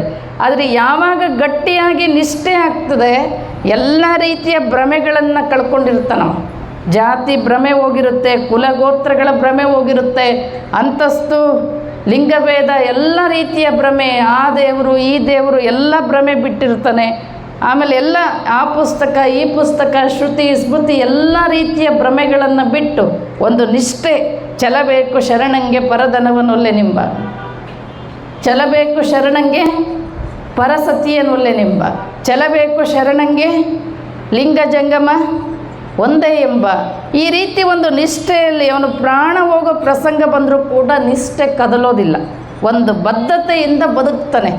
ಶ್ರದ್ಧಾಭಕ್ತಿ ಮಾಡ್ತಾ ಏನಾಗುತ್ತದು, ಮಹೇಶ್ವರ ಸ್ಥಳ ಅಂದರೆ ನಿಷ್ಠಾಭಕ್ತಿ ಗಟ್ಟಿಯಾಗ್ತದೆ. ಹೀಗೆ ಬದುಕಬೇಕು. ಆಮೇಲೆ ಇವೆಲ್ಲ ಭ್ರಮೆಗಳೇನಿದಾವಲ್ಲ, ಅವನು ಆ ಜಾತಿ ಈ ಜಾತಿ ಅದು ಮುಟ್ಟಿರು ಚಲೋ, ಇದು ಆ ದೇವ್ರಿಗೆ ಹೋದ್ರು ಚಲೋ, ಈ ದೇವ್ರಿಗೆ, ಇದೆಲ್ಲ ಸೂತಕಗಳು ಇವೆಲ್ಲ ಏನಿದಾವಲ್ಲ ಈ ಎಲ್ಲ ರೀತಿಯ ಭ್ರಮೆಗಳನ್ನು ಆತ ಕಳ್ಕೊಂಡು ನಿಷ್ಠೆಯಿಂದ ನಿಷ್ಠಾಭಕ್ತಿಯಾಗಿರುತ್ತೆ. ಆ ನಿಷ್ಠೆಯಿಂದ ಪೂಜೆ ಮಾಡ್ತಾ ಪ್ರಸಾದಿ ಸ್ಥಳ ಅಂದರೆ ಅವಧಾನ ಭಕ್ತಿ.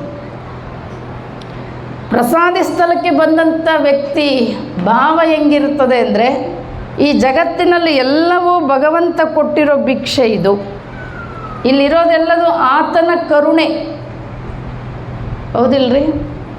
ನಾವೆಲ್ಲ ಖಾಲಿ ಕೈಯಾಗೆ ಬಂದಿರೋದು, ಖಾಲಿ ಕೈಯಲ್ಲೇ ಹೋಗೋದು. ನಿಮ್ಮ ಮನೆಯಲ್ಲಿ ಏನೇನು ಸಂಗ್ರಹ ಮಾಡಿ ಇಟ್ಕೊಂಡಿರಿ ಅದೆಲ್ಲ ಅವನು ಕೊಟ್ಟಿರೋ ಭಿಕ್ಷೆ.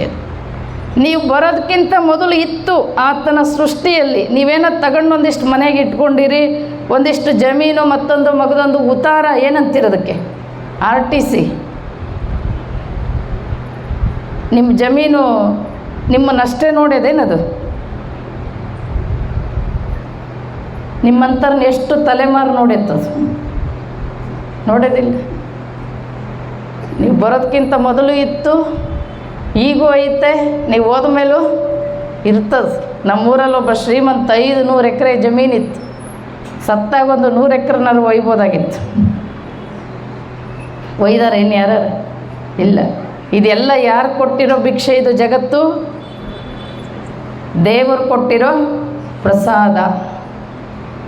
ಪ್ರಸಾದಿಸ್ಥಳದ ವ್ಯಕ್ತಿ ಅವನ ಪ್ರಸಾದ ಆಗಿದ್ದರಿಂದ ಕಣ್ಣು ಮೀಸಲು ಶಿವನ, ಕಿವಿ ಮೀಸಲು ಶಿವನ, ನಾಸಿಕ ಮೀಸಲು ಶಿವನ, ಎಲ್ಲನೂ ಭಗವಂತನ ಪ್ರಸಾದ ಅನ್ನುವಂಥ ಭಾವದಿಂದ ಅವನಿಗೆ ಅರ್ಪಣೆ ಮಾಡಿ ಅವನು ಬದುಕ್ತಾನೆ. ಆ ಪ್ರಸಾದ ಆಗಿ ನಾವು ಸ್ವೀಕಾರ ಮಾಡಿದಾಗ ಅವನು ಯಾವಾಗಲೂ ಪ್ರಸನ್ನ ಚಿತ್ತ ಅಳವಡ್ತದಂಥವನಿಗೆ. ಈ ಆಗಂತುಕ ದೋಷ, ಪದಾರ್ಥಗತ ದೋಷ ಇವುಗಳೆಲ್ಲ ಕಳಿಬೇಕಾದ್ರೆ ಏನು ಮಾಡಬೇಕು ಅಂದರೆ ದೇವರಿಗೆ ನೈವೇದ್ಯವನ್ನು ಮಾಡಿ, ಆ ಭಾವ ಹೆಂಗಿರುತ್ತೆ ನೈವೇದ್ಯ ಮಾಡಿದಾಗ ಅಂದರೆ, ಸುಮ್ಮನೆ ನಿಮಗೆ ಗೊತ್ತಾಗಬೇಕು ಅಂದರೆ, ಈಗ ಯಾರೋ ಒಬ್ಬ ಹಣ್ಣು ಹೂವು ಕಾಯಿ ಎಲ್ಲ ತಗೊಂಡು ದೇವಸ್ಥಾನಕ್ಕೆ ಹೊರಟಿರ್ತಾನೆ. ಯಾರೋ ಒಬ್ಬ ಸ್ನೇಹಿತ ಮಾತಾಡಿಸ್ತಾನೆ, ಏನೋ ಅದು ಏನೋ ಕೈಯಲ್ಲಿ ಇಟ್ಕೊಂಡು ಹೋಗ್ತಾ ಇದ್ದಿ ಅಂತಾನೆ. ಇದು ಹಣ್ಣು ಹೂವು ಕಾಯಿ ಅಂತ ನಾವು. ಯಾರದದು ಅಂತ ಕೇಳಿದರೆ ನಂದು ಅಂತಾನೆ. ಯಾರದು ಅಂತ ಕೇಳಿದರೆ ನಮ್ಮದೇ ಅಂತಾನೆ. ಅವನೊಂಚೂರು ಗುಡಿ ಒಳಗೆ ಹೋಗಿ ಬರ್ತಾನೆ. ಗುಡಿ ಒಳಗೆ ಹೋಗಿ ಬಂದ ತಕ್ಷಣ ಮತ್ತೊಬ್ಬ ಸ್ನೇಹಿತ ಮಾತಾಡಿಸ್ತಾನೆ, ಏನೋ ಅದು ಕೈಯಲ್ಲಿ ಪ್ರಸಾದ ಅಂತಾನೆ. ಯಾರ್ದು ಅಂತ ಕೇಳಿದ್ರೆ ದೇವ್ರದು ಅಂತ. ಆಮೇಲೆ ನೀನು ಸ್ವಲ್ಪ ತಗೋ ಅಂತಾನೆ. ಆ ತ್ಯಾಗ ಭಾವ ಬಂದ್ಬಿಟ್ಟಿರುತ್ತೆ. ಸ್ವಲ್ಪ ಮೊದಲಿದ್ದಿದ್ದು ಅದೇ, ಈಗಿರೋದು ಅದೇ. ಮೊದಲು ಆ ಭಾವ ಇರಲಿಲ್ಲ, ಈಗ ಒಳಗೆ ಹೋಗಿ ಬಂದ ತಕ್ಷಣ ಆ ಭಾವ ಬಂತಲ್ಲ. ಇಡೀ ನಮ್ಮ ಜೀವನ ಪ್ರತಿಯೊಂದು ಬಳಸಬೇಕಾದ್ರೆ ಅದೇ ಭಾವದಿಂದ ಬಳಸ್ತಾನಂತೆ ಪ್ರಸಾದಿಸ್ಥಳದ ವ್ಯಕ್ತಿ. ತ್ಯಾಗ ಭಾವ, ಎಲ್ಲವೂ ಪರಮಾತ್ಮನಿಗೆ ಅರ್ಪಣೆ. ಅವಂದೇ ಇದು, ನನ್ನದೇನು ಇಲ್ಲ. ಯಾವಾಗ ಆ ಪ್ರಸಾದವನ್ನು ಮಾಡಿ ಸ್ವೀಕಾರ ಮಾಡ್ತಾನೆ, ದೇವರಿಗೆ ನೈವೇದ್ಯವನ್ನಾಗಿ ಮಾಡಿ ಸ್ವೀಕಾರ ಮಾಡ್ತಾನೆ, ಅಲ್ಲಿ ಎಲ್ಲ ದೋಷಗಳು ಕಳೆದಿರುತ್ತೆ. ಪ್ರಸಾದ ಏನಾಗಿರುತ್ತೆ ಅಂದರೆ ಪ್ರಸನ್ನ ಚಿತ್ತತೆಯನ್ನು ನಿಮಗೆ ಕೊಡ್ತದೆ. ಕಷ್ಟ ಬಂದರೂ ಸುಖ ಬಂದರು ಪ್ರಸಾದ ಯಾವಾಗುತ್ತೆ ಅಂದರೆ, ನಾನು ಮೊನ್ನೆ ಹೇಳುವಾಗ ಹೇಳಿದೆ, ಸತ್ಯಶುದ್ಧ ಕಾಯಕದಿಂದ ಸಂಪಾದನೆಯನ್ನು ಮಾಡಿರಬೇಕು. ಆಮೇಲೆ ಅಡುಗೆ ಮಾಡೋರು ಪ್ರಸನ್ನ ಭಾವದಿಂದ ಭಗವಂತನ ನಾಮಸ್ಮರಣೆ ಮಾಡ್ತಾ ಅಡುಗೆ ಮಾಡಬೇಕು. ಅದು ಪ್ರಸಾದ ಆಗ್ತದೆ. ಪ್ರಸಾದ ಉಂಡವರ ಜೀವನ ಪ್ರಸನ್ನ ಆಗ್ತದೆ. ಯಾರಿಗಾರ ಮೋಸ ವಂಚನೆ ಮಾಡಿ ಟೊಪ್ಪಿಗೆ ಹಾಕಿ ನೀವು ತಂದಿದ್ರಿ, ಅಡುಗೆ ಮಾಡೋರು ಬೆಳಗಿಂದ ಸಂಜೆ ತನಕ ಮಾಡಿದ್ದೇ ಮಾಡಬೇಕು, ತಿಕ್ಕಿದ್ದೇ ತಿಕ್ಕಬೇಕು ಮಾಡಿ ಅಂತ ಒಟ ಒಟ ಒಟ ಅಂತ ಏನಾದ್ರು ಬೈಕೊಂಡು ಅಡುಗೆ ಮಾಡಿದರೆ ಅದು ಕೂಳಾಗುತ್ತಂತೆ. ಕೂಳುಂಡವ್ರ ಜೀವನ ಹಾಳಾಗ್ತದಂತೆ. ಏನು ಮಾಡ್ಕೊಂಡು ಊಟ ಮಾಡ್ಬೇಕು ನಾವು? ಪ್ರಸಾದ. ಆ ಪ್ರಸಾದ ಉಂಡವರ ಜೀವನ ಯಾವಾಗಲೂ ಇದು ಭಗವಂತನ ಕೊಟ್ಟಿರುವಂಥ ಇದು ಅವಧಾನ ಭಕ್ತಿ ಅಂದರೆ ಜಾಗೃತಿ ಭಕ್ತಿ. ನಮ್ಮದೆಲ್ಲ ಎಲ್ಲವೂ ದೇವರದು ಅಂತ ಜಾಗೃತೆಯಿಂದ ಇದ್ದು ಎಲ್ಲವೂ ದೇವರಿಗೆ ಸಮರ್ಪಣೆ ಮಾಡಿ ಆ ಭಾವ, ಆ ತ್ಯಾಗ ಭಾವದಲ್ಲಿ ಪ್ರಸಾದಿಸ್ಥಳದ ವ್ಯಕ್ತಿ ಬದುಕ್ತಾನೆ ಅಂತ. ಅವಧಾನ ಭಕ್ತಿ ಅಂದರೆ ಜಾಗೃತ ಭಕ್ತಿ. ಆ ಭಕ್ತಿಯನ್ನು ಮಾಡ್ತಾ ಮಾಡ್ತಾ ಪ್ರಾಣಲಿಂಗಿ ಸ್ಥಳಕ್ಕೆ ಬರ್ತಾನೆ ಆತ.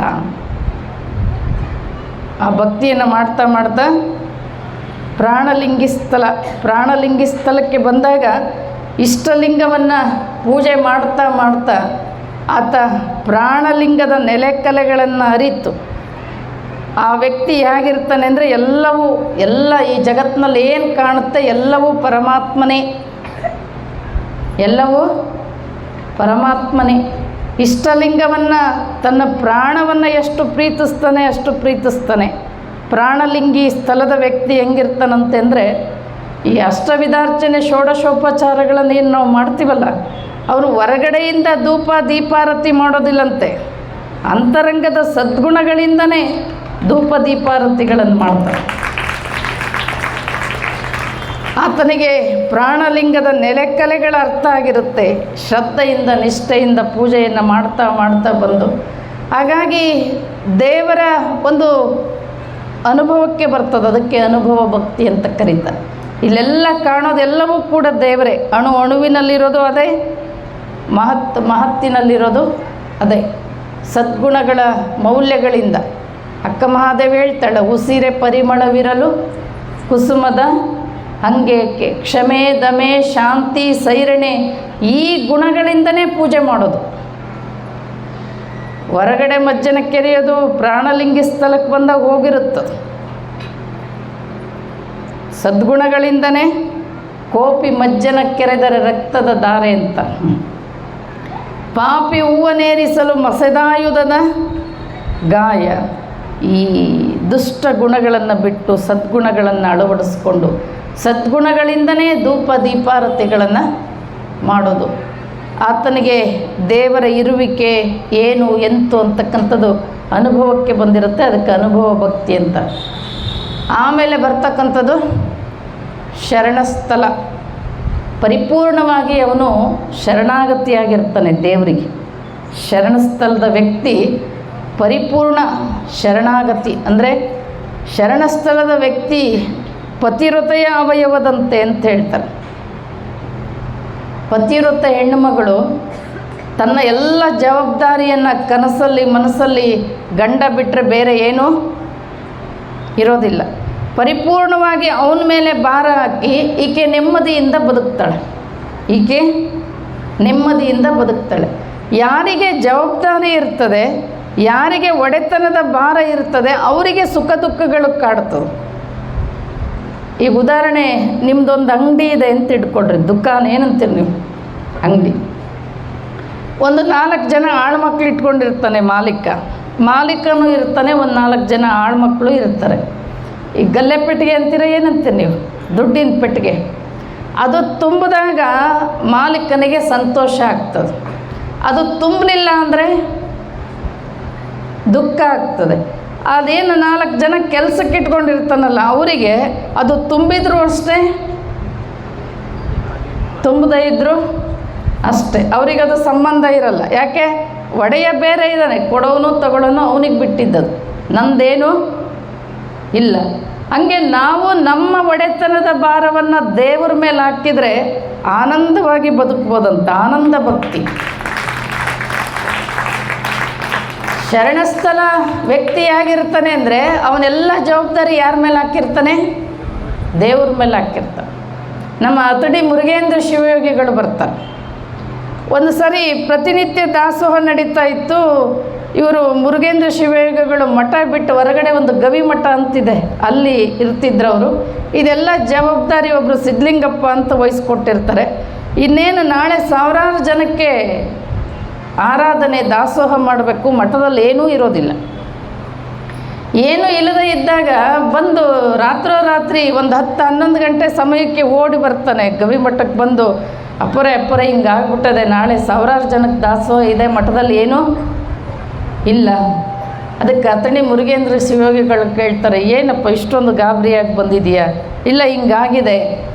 ಅದಕ್ಕೆ ಅವ್ರು ಹೇಳ್ತಾರೆ, ಈಗ 20 ವರ್ಷದಿಂದ ನಿಮ್ಮ ಮಠದಲ್ಲಿ ದಾಸೋಹ ನಡೆಸ್ಕೊಂಡು ಬಂದದೆ, ಆ ದಾಸೋಹವನ್ನು ನೀವೇ ನಡೆಸ್ಕೊಂಡು ಬಂದಿರಾ, ಏನು ದೇವರು ನಡೆಸ್ಕೊಂಡು ಬಂದನ ಅಂತ ಕೇಳ್ತಾರೆ.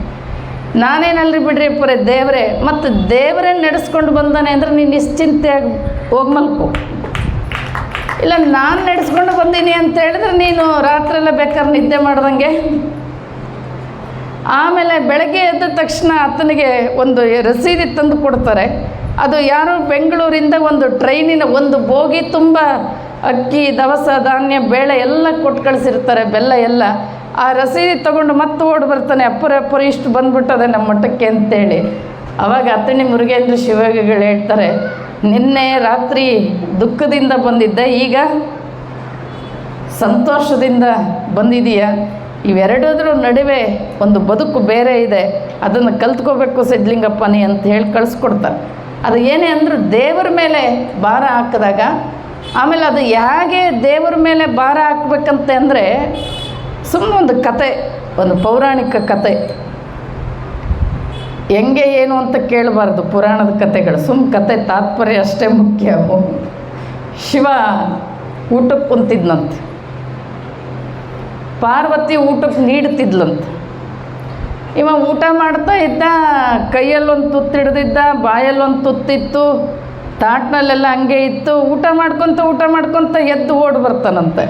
ಈಕೆ ಪಾರ್ವತಿ ಕೇಳಿದ್ಲು, ಇದು ಯಾಕೆ ಹಿಂಗೆ ಓಡೋಗ್ತಾ ಇದ್ರಿ, ಯಾಕೆ ಅಂತ ಕೇಳಿದ್ಲು. ಅವು ಮಾತಾಡ್ಲಾರ್ದಂಗೆ ಬಾಗಿಲು ತನಕ ಓಡೋಗಿ ನಿಂತು ಮತ್ತು ಸ್ವಲ್ಪ ಹೊತ್ತಿಗೆ ಬಂದು ಸುಮ್ಮನೆ ಕೂತ್ಕೊಂಡು ತಾಟ್ ಬಂದು ಕೂತ್ಕೊಂಡು ಊಟ ಮಾಡೋಕ್ಕೆ ಶುರು ಮಾಡ್ತಾನೆ. ಪಾರ್ವತಿ ಕೇಳಿದ್ಲಂತೆ, ಅಲ್ಲ ಅರ್ಧಂಬರ್ಧ ತಾಟ್ ಬಿಟ್ಟು ಹಿಂಗೆ ಎದ್ದು ಓಡೋದ್ರಿ, ಹೋಗ್ಯಾರ ಮತ್ತು ವಾಪಸ್ ಬಂದು ಊಟಕ್ಕೆ ಕುಂತ್ರಿ, ಹಿಂಗೆ ಯಾಕೆ ಅಂತ ಕೇಳಿದ್ಲಂತೆ. ಕೇಳಿದಾಗ ಶಿವ ಹೇಳಿದ್ನಂತೆ, ಅಲ್ಲಿ ಒಬ್ಬ ನನ್ನ ಭಕ್ತನ ಹಿಡ್ಕೊಂಡು ಹೊಡಿತಾ ಇದ್ರು, ಎರಡೂ ಕೈ ಎತ್ತಿ ಶಿವನೇ ನನ್ನನ್ನು ಕಾಪಾಡು ಅಂತ ಚೀರ್ತಿದ್ದ. ನಾನು ಕಾಪಾಡಬೇಕು ಅಂತ ಓಡೋದೆ, ಅಷ್ಟರೊಳಗೆ ಅವನೇ ಕಲ್ಲು ತಗೊಂಡು ನಿಂತಿದ್ದ ಅವ್ರ ವಿರುದ್ಧವಾಗಿ. ಇನ್ನು ಅವನು ಕಾಪಾಡ್ಕೊಳ್ತಾನೆ, ನನ್ನ ಅವಶ್ಯಕತೆ ಇಲ್ಲ ಅಂತ ನಾನು ವಾಪಸ್ಸು. ಅರ್ಥ ಆಯ್ತಾ? ಅವನು ಪರಿಪೂರ್ಣವಾಗಿ ನನ್ನ ಮೇಲೆ ವಿಶ್ವಾಸ ಇಟ್ಟಿಲ್ಲ. ಈಗಿನ್ನೂ ಮತ್ತು ತಾನೇ ಕಲ್ಲು ತಗೊಂಡು ಅವ್ರ ವಿರುದ್ಧ ನಿಂತಿದ್ದಾನೆ.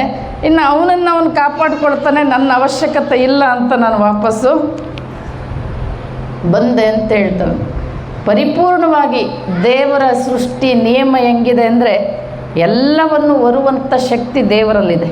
ಈ ಜಗತ್ತಿನ ಎಲ್ಲವೂ ಅಷ್ಟು ಆತನ ಒಂದು ವಿಶಾಲ ಇದು.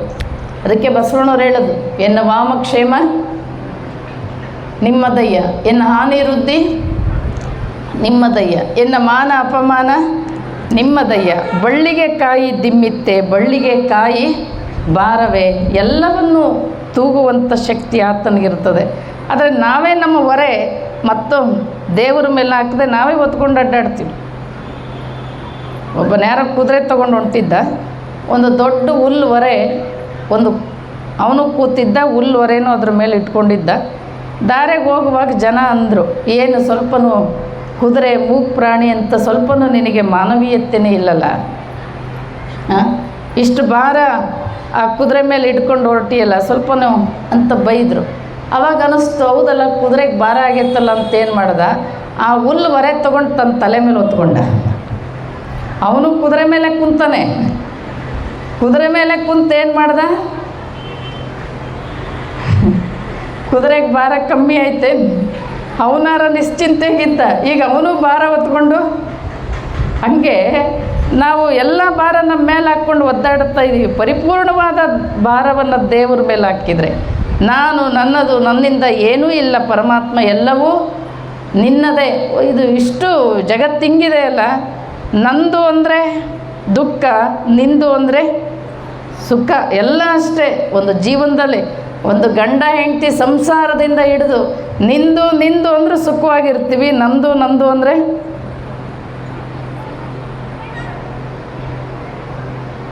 ಒಬ್ಬನು ಗುಲ್ಬರ್ಗದಲ್ಲಿ ಒಬ್ಬ ಅಜ್ಜ ಆತ ಬೀದರ್ನಲ್ಲಿ ಮನೆ ಕೊಟ್ಕೊಂಡಿದ್ದ. ಒಂದು ಮಗನ ಹೆಸರಿಗೆ ಮಾಡಿದ್ದ, ಬೀದರ್ನಾಗೊಬ್ಬ ಮಗ ಇದ್ದ, ಮಗನ ಹೆಸರಿಗೆ ಮನೆ ಮಾಡಿದ್ದ.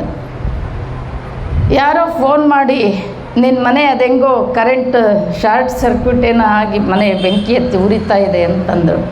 ಓಡೋಗಿ ನೋಡ್ತಾನೆ, ಮನೆ ಏನು ಬೆಂಕಿ ಎತ್ತಿ ಉರಿತಾ ಇತ್ತು. ಭಾಳ ದುಃಖ ಆಯ್ತು ಅವನಿಗೆ. ಇಡೀ ನನ್ನ ನೌಕರಿ ಎಲ್ಲ ದುಡ್ಡು ಸೇವ್ ಮಾಡಿಟ್ಟು ಮನೆ ಕೊಂಡ್ಕೊಂಡಿದ್ದೆ, ಬೆಂಕಿ ಹತ್ತಿ ಉರಿತೈತಲ್ಲ ಅಂತ ಉಲ್ಡಾಡಿ ಅಳಕ್ಕೆ ಶುರು ಮಾಡ್ದ. ಅಲ್ಲೊಬ್ಬ ಸ್ನೇಹಿತ ಇದ್ದ, ಅವನು ಬಂದ, ನೋಡ್ದ, ಇವನು ಉಲ್ಡಾಡಿ ಅಳೋದು ನೋಡಿ, ಯಾಕೋ ಇಷ್ಟ್ಯಾಕೆ ಅಳ್ತಾ ಇದೆಯಾ?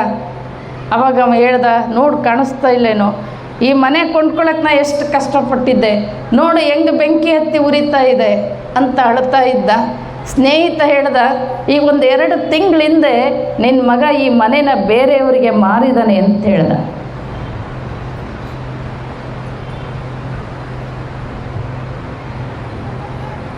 ಉಲ್ಡಾಡಿ ಅಳ್ತಿದ್ನಲ್ಲ, ಅಳು ನಿಂತೇ ಹೋಗ್ಬಿಡ್ತು. ಯಾಕೆ? ಈಗಲೂ ಮನೆ ಬೆಂಕಿ ಹತ್ತಿ ಉರಿತಾ ಇದೆ, ಆದರೆ ಯಾಕೆ ಇವನಿಗೆ ದುಃಖ ನಿಂತೋಯ್ತದು?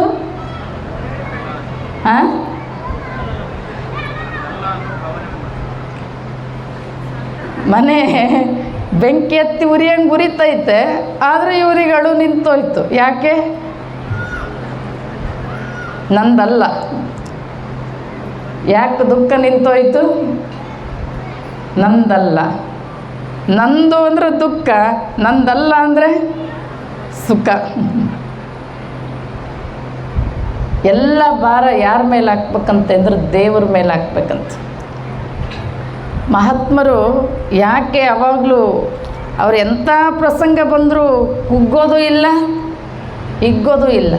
ಅಕ್ಕ ಮಹಾದೇವಿ ಎಷ್ಟು ಸಣ್ಣ ವಯಸ್ಸಿಗೆ ಆಕೆಗೆ ಎಂಥ ಒಂದು ಸಮಚಿತ್ತತೆ ಇತ್ತು. ಆಕೆಗೆ ಬೆಟ್ಟದ ಮೇಲೊಂದು ಮನೆಯ ಮಾಡಿ ಮೃಗಗಳ ಸಂತೆಯ ಮಧ್ಯದಲ್ಲಿ ಮನೆಯ ಮಾಡಿ ಶಬ್ದಕ್ಕೆ ನಾಚಿದೊಡೆಂತಯ್ಯ. ಸಮುದ್ರದ ದಡದಲ್ಲಿ ಮನೆಯ ಮಾಡಿ ನೆರೆ ತೊರೆಗಳಿಗೆ ಅಂಜಿದೊಡೆಂತಯ್ಯ. ಚನ್ನಮಲ್ಲಿಕಾರ್ಜುನ ದೇವಯ್ಯ ಲೋಕದೊಳಗೆ ಹುಟ್ಟಿದ ಬಳಿಕ ಸ್ತುತಿ ನಿಂದೆಗಳು ಕಾಮನ್ ಎಲ್ಲರಿಗೂ, ಯಾರನ್ನೂ ಬಿಟ್ಟಿಲ್ಲ ಇವು. ಹಾಗಾಗಿ ಬದುಕು ಹೆಂಗಿತ್ತು ಅಂದರೆ ನಮಗೇನಾಗ್ತದೆ, ಯಾರಾದರೂ ಬೈದರೆ ದುಃಖ ಆಗ್ತದೆ, ಯಾರಾದರೂ ಹೊಗಳಿದ್ರೆ ಸುಖ ಆಗ್ತದೆ. ಏನಾದರೂ ಸಣ್ಣ ಪುಟ್ಟ ಸಮಸ್ಯೆಗಳಾದಾಗ ದುಃಖ ಆಗ್ತದೆ ನಮಗೆ. ಹಿಂಗೆ ಯಾಕಾಯಿತು ಆಗೋದೇ. ವ್ಯಾಧಿ ಬಂದರೆ ಹೊರಳು, ರೋಗ ಬಂದರೆ ನರಳು, ಸಾವು ಬಂದರೆ ಸಾಯಿ. ಇದರ ಹಂಗೆ ಯಾಕೆ ದೇವರ ಹಂಗೆ ಯಾಕೆ ಶರಣರ ಹೆಂಗೆ ಬದುಕಿದ್ರು ಅಂತೇಳಿದರೆ ಇದು ಹಿಂಗೆ ಇರೋದು, ಇದು ಜಗತ್ತಿರೋದು ಹಿಂಗೆ. ಇದು ಅವನ ಸೃಷ್ಟಿ ನಿಯಮ ಇರೋದೇ ಹಿಂಗೆ. ಏನು ಬರುತ್ತೋ ಅದನ್ನು ಫೇಸ್ ಮಾಡಬೇಕಂತ ಅಲ್ಲಮ್ಮ ಪ್ರಭುಗಳು ಬರೀತಾರೆ. ಕೊಟ್ಟ ಕುದುರೆಯ ನೇರಲರಿಯದೆ ಬೇರೊಂದು ಕುದುರೆಯ ಬಯಸುವನು ವೀರನೂ ಅಲ್ಲ ಧೀರನೂ ಅಲ್ಲ. ಕೊಟ್ಟ ಕುದುರೆಯ ನೇರಲರಿಯದೆ ಬೇರೊಂದು ಕುದುರೆಯ ಬಯಸುವನು. ಒಬ್ಬ ರಾಜ ಒಬ್ಬ ಸೈನಿಕನನ್ನು ಒಂದು ಕುದುರೆ ಕೊಟ್ಟು ಯುದ್ಧಕ್ಕೆ ಕಳಿಸ್ಕೊಟ್ಟಿದ್ದಾನೆ. ಅವನು ಜೀವ ಭಯದಿಂದ ಎದುರಿ ಓಡಿ ಬಂದಾನೆ.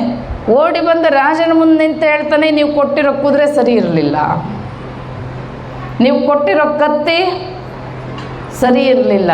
ಅವನು ನಿಜವಾದ ವೀರ ಆಗಿದ್ದರೆ ಕುದುರೆ ಇಲ್ಲದೆ ಇದ್ದರೂ ಕತ್ತಿ ಇಲ್ಲದೆ ಇದ್ದರೂ ಕೈಯಿಂದ ಯುದ್ಧ ಮಾಡಿ ಗೆದ್ದರ ಬರ್ತಿದ್ದ, ಇಲ್ಲ ಪ್ರಾಣನಾದರೂ ಕೊಡ್ತಿದ್ದ. ಎದುರಿ ಓಡಿ ಬಂದು ಅದು ಸರಿ ಇರಲಿಲ್ಲ, ಇದು ಸರಿ ಇರಲಿಲ್ಲ. ಹಂಗೆ ದೇವರು ಈ ಸೃಷ್ಟಿಯನ್ನು ಹೆಂಗಿಟ್ಟಿದ್ದಾನೆ ಅಂದರೆ ಅವನು ಬೇಕು ಅಂತಲೇ ಹಿಂಗಿಟ್ಟಿದ್ದಾನೆ. ಇದನ್ನು ಇಲ್ಲಿ ಚಲೋನು ಇಟ್ಟನೆ, ಕೆಟ್ಟನೂ ಇಟ್ಟನೆ, ಹೂ ಇಟ್ಟನೆ, ಮುಳ್ಳು ಇಟ್ಟನೆ. ಅದು ಸತ್ಯದ ದಾರಿಯಲ್ಲಿ ನಡೀತಕ್ಕಂಥವರಿಗೂ ಕೂಡ ಬಹಳ ದೇವರೇ ಪರೀಕ್ಷೆ ಮಾಡ್ತಾನಂತ. ಅದಕ್ಕೆ ಸತ್ಯದ ಹಾದಿ ಹೂವಿನದಲ್ಲ ಮುಳ್ಳು ಕಲ್ಲಿನದು ಅನ್ನೋದು.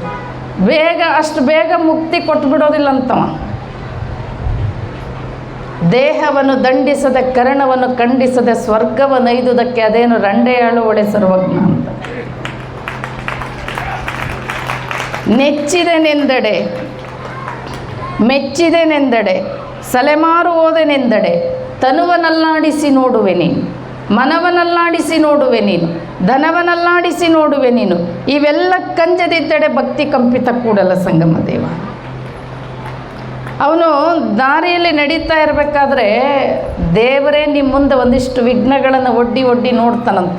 ನಿಮ್ಮನ್ನು ಸತ್ಯದ ದಾರಿಯಿಂದ ಬಿಡಿಸ್ತೀನಿ ಅಂತೇಳಿ ತನುವನಲ್ಲಾಡಿಸಿ ಶರೀರಕ್ಕೆ ರೋಗ ರುಜಿನಗಳನ್ನು ಅನೇಕ ಸಮಸ್ಯೆಗಳನ್ನು ಕೊಟ್ಟು ನೋಡ್ತಾನಂತ. ಆಮೇಲೆ ಧನವನಲ್ಲಾಡಿಸಿ ಬಡತನ ಶ್ರೀಮಂತಿಕೆ ಎಲ್ಲ ಕೊಟ್ಟು ನೋಡ್ತಾನಂತೆ.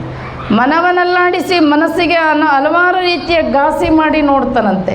ಇವೆಲ್ಲವೂ ಇಲ್ಲದೇ ಇದ್ದರೆ ಕರವಿಡಿದೆತ್ತಿಕೊಂಬ ನಮ್ಮ ರಾಮನಾಥ. ಇವೆಲ್ಲ ಕಂಜದಿದ್ದಡೆ. ನಾವು ಸಾಮಾನ್ಯರಾದರೆ ಏನು ಮಾಡ್ತೀವಿ? ತುಕಾರಾಮ್ ಒಂದು ಸತಿ ಹಿಂಗೆ ಕೀರ್ತನ ಹೇಳಕ್ಕೆ ಹೋಗಿರ್ತಾನೆ. ಕೀರ್ತನ ಹೇಳಲಿಕ್ಕೆ ಹೋದಾಗ ಇನ್ನು ಕೆಲವು ವಿರೋಧಿಗಳಿರ್ತಾರೆ, ಇನ್ನೊಂದಿಷ್ಟು ಕೀರ್ತನಕಾರ. ಈ ಆಯ್ಗಾರಿಗೆ ಆಗಿ ಬರಲ್ಲೇನೋ ಒಂದು ಗಾದೆ ಮಾತು ಹೇಳ್ತಾರದು. ಯಾವ ನೋಡಿದರೆ ಈ ಜನ ಅವನು ಸುತ್ತುವರೆದಿರ್ತಾರೆ, ನಮ್ಮ ಹತ್ರಕ್ಕೆ ಬರೋದಿಲ್ಲ. ಏನಾದರೂ ಮಾಡಿ ಅವನಿಗೆ ಕೆಟ್ಟ ಹೆಸರು ಬರುವಂಗೆ ಮಾಡಬೇಕು. ಒಬ್ಬಳು ವೇಶ್ಯೆ ಅಂತ ಹೆಣ್ಣು ಮಗಳಿಗೆ ಆಕೆ ಕಳಿಸ್ಕೊಡ್ತಾರೆ. ಅವ ಹಿಂಗೆ ಕೀರ್ತನ ಹೇಳ್ತಿದ್ದ. ಹಿಂಗೆ ಎಲ್ಲ ಜನ ಬಂದು ಸೇರಿದ್ರು, ಕೀರ್ತನ ಕೇಳ್ತಾ ಇದ್ರು. ಈಕೆ ಬಂದು ಹೇಳಿದ್ಲು, ತುಕಾರಾಮ್ ಅವರೇ, ರಾತ್ರಿ ನೀವು ನಮ್ಮ ಮನೆಗೆ ಬಂದಿದ್ರಿ, ದುಡ್ಡೇ ಕೊಟ್ಟಿಲ್ಲ ಅಂದ್ಲಕ್ಕೆ. ಹಂಗಂದ ತಕ್ಷಣ ಯಾರ್ಯಾರು ಬಂದು 5 ರೂಪಾಯಿ 10 ರೂಪಾಯಿ ಹಿಂಗೇನೇನೋ ಇಟ್ಟಿದ್ರು. ಇವರು ಅದನ್ನೆಲ್ಲ ಬಳಿದು ತಗೊಳಮ್ಮ ಅಂತ ಕೊಡಕ್ಕೆ ಹೋದ್ರು. ಈಗ ನೀವೆಲ್ಲ ಬಂದು ಕೂತೀರಿ, ಒಬ್ಬ ವೇಶ್ಯ ಹೆಣ್ಮಗಳು ಬಂದು ಹೇಳ್ತಾಳೆ, ರಾತ್ರಿ ನಮ್ಮ ಮನೆಗೆ ಬಂದಿದ್ರಿ ಅಂತ. ಇವರು ಅಲ್ಲಿರೋ ದುಡ್ಡೆಲ್ಲ ತೆಗೆದು ಅಕ್ಕಿಗೆ ಕೊಟ್ಟರು. ನೀವೆಲ್ಲ ಸುಮ್ಮ ಕೂತ್ಕೊಂಡು ನೋಡ್ತೀರಿ. ಇಂಥವ ಇವನು ಕೀರ್ತನ ಕೇಳಕ್ಕೆ ಬಂದಿವ ನಾವು ಅಂತೇನು ಮಾಡಿದ್ರು ಕೂತವ್ರೆಲ್ಲ ಎದ್ದು ಹೋದ ತಕ್ಷಣ ಅವ್ರಿಗೆ ಎದ್ದು ಹೋದ್ರು ಅಂತಲೂ ಏನು ಅವ್ರ ಮುಖದಲ್ಲಿ ಯಾವ ಭಾವನೂ ಇರಲಿಲ್ಲ.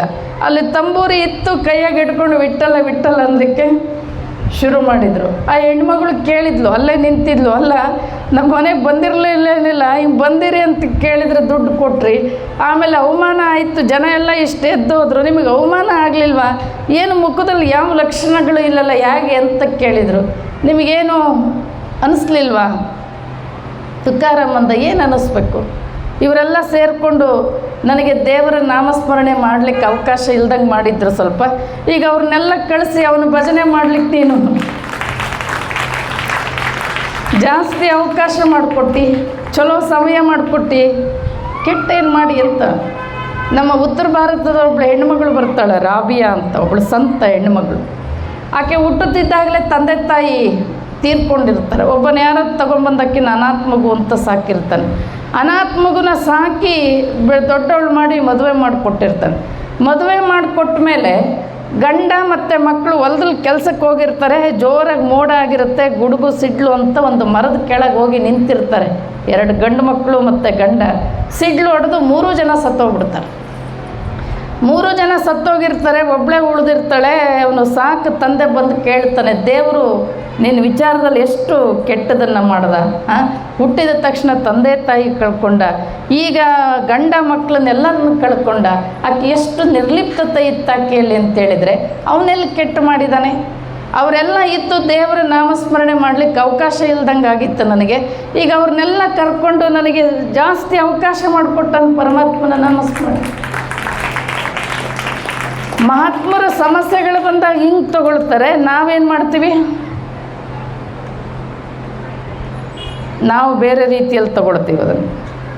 ಸಾಕ್ರೆಟಿಸ್ ಯಾರೋ ಒಬ್ಬನು ಓಡಿ ಬಂದು ಹೇಳ್ತಾನೆ, ಸಾಕ್ರೆಟಿಸ್ ಅವರೇ, ನಿಮ್ಮ ಬಗ್ಗೆ ನಾನೀಗಲ್ಲಿ ಬಸ್ ಸ್ಟ್ಯಾಂಡ್ ಕಡೆಯಿಂದ ಬರ್ತಿದ್ದೆ, ಅಲ್ಲೊಂದು 4 ಜನ ಬಗ್ಗೆ ನಿಮ್ಮ ಬಗ್ಗೆ ಕೆಟ್ಟದಾಗಿ ಹಿಂಗೆ ಮಾತಾಡ್ತಿದ್ರು ಅಂತೇಳಿ ಹೊರಗೆ ನಿಲ್ಲಿಸಿ ಕೇಳ್ತಾನೆ ಸಾಕ್ರೆಟಿಸ್, ಏನು ಅವ್ರು ಮಾತಾಡ್ತಿದ್ರ ನನ್ನ ಬಗ್ಗೆ, ಅದು ಸತ್ಯ ಇತ್ತೇನು ಅಂತ ಕೇಳ್ದ. ಸತ್ಯ ಇತ್ತೋ ಇಲ್ಲ ನನಗೆ ಗೊತ್ತಿಲ್ಲ ಅಂತ ಹೇಳಿದ. ಅದನ್ನು ಹೇಳೋಣ ಅಂತ ಬಂದೆ, ಏನು ಮಾತಾಡಿದರು ಅಂತ. ಅದಕ್ಕೆ ಸಾಕ್ರೆಟಿಸ್ ಹೊರಗೆ ನಿಲ್ಲಿಸಿ ಕೇಳ್ತಾನೆ, ಈಗ ನೀನು ಬಂದು ನನಗೆ ಹೇಳ್ತೀಯಲ್ಲ, ಅದನ್ನು ನಾನು ಕೇಳೋದ್ರಿಂದ ನನಗೇನಾದರೂ ಪ್ರಯೋಜನ ಇದೆ ಏನು, ಉಪಯೋಗ ಇದೆ ಏನು ಅಂತ ಕೇಳ್ತಾನೆ. ಇಲ್ಲ, ಸರಿ, ನಾನು ಕೇಳೋದ್ರಿಂದ ನನಗೆ ಉಪಯೋಗ ಇಲ್ಲ. ಈಗ ನೀನು ಬಂದೇನು ಹೇಳಕ್ಕೆ ಬಂದಿಯಲ್ಲ, ನೀನು ಹೇಳೋದ್ರಿಂದ ನಿನಗೇನಾದರೂ ಉಪಯೋಗ ಇದೆ ಏನು? ಇಲ್ಲ, ಉಪಯೋಗ ಇಲ್ಲ.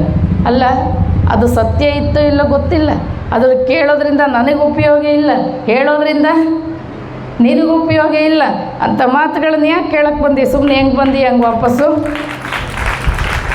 ಹೋಗು ಅಂತ. ನಾವಾದ್ರೆ ಏನು ಮಾಡ್ತೀವಿ ರೀ? ಯಾಕೆ ನಿನ್ನ ಬಗ್ಗೆ ಹಿಂಗೆ ಮಾತಾಡ್ತಿದ್ಲು ಅಂತ ಹೇಳ್ಬಿಟ್ರಿ, ಒಳಗೆ ಬಾ ಒಳಗೆ.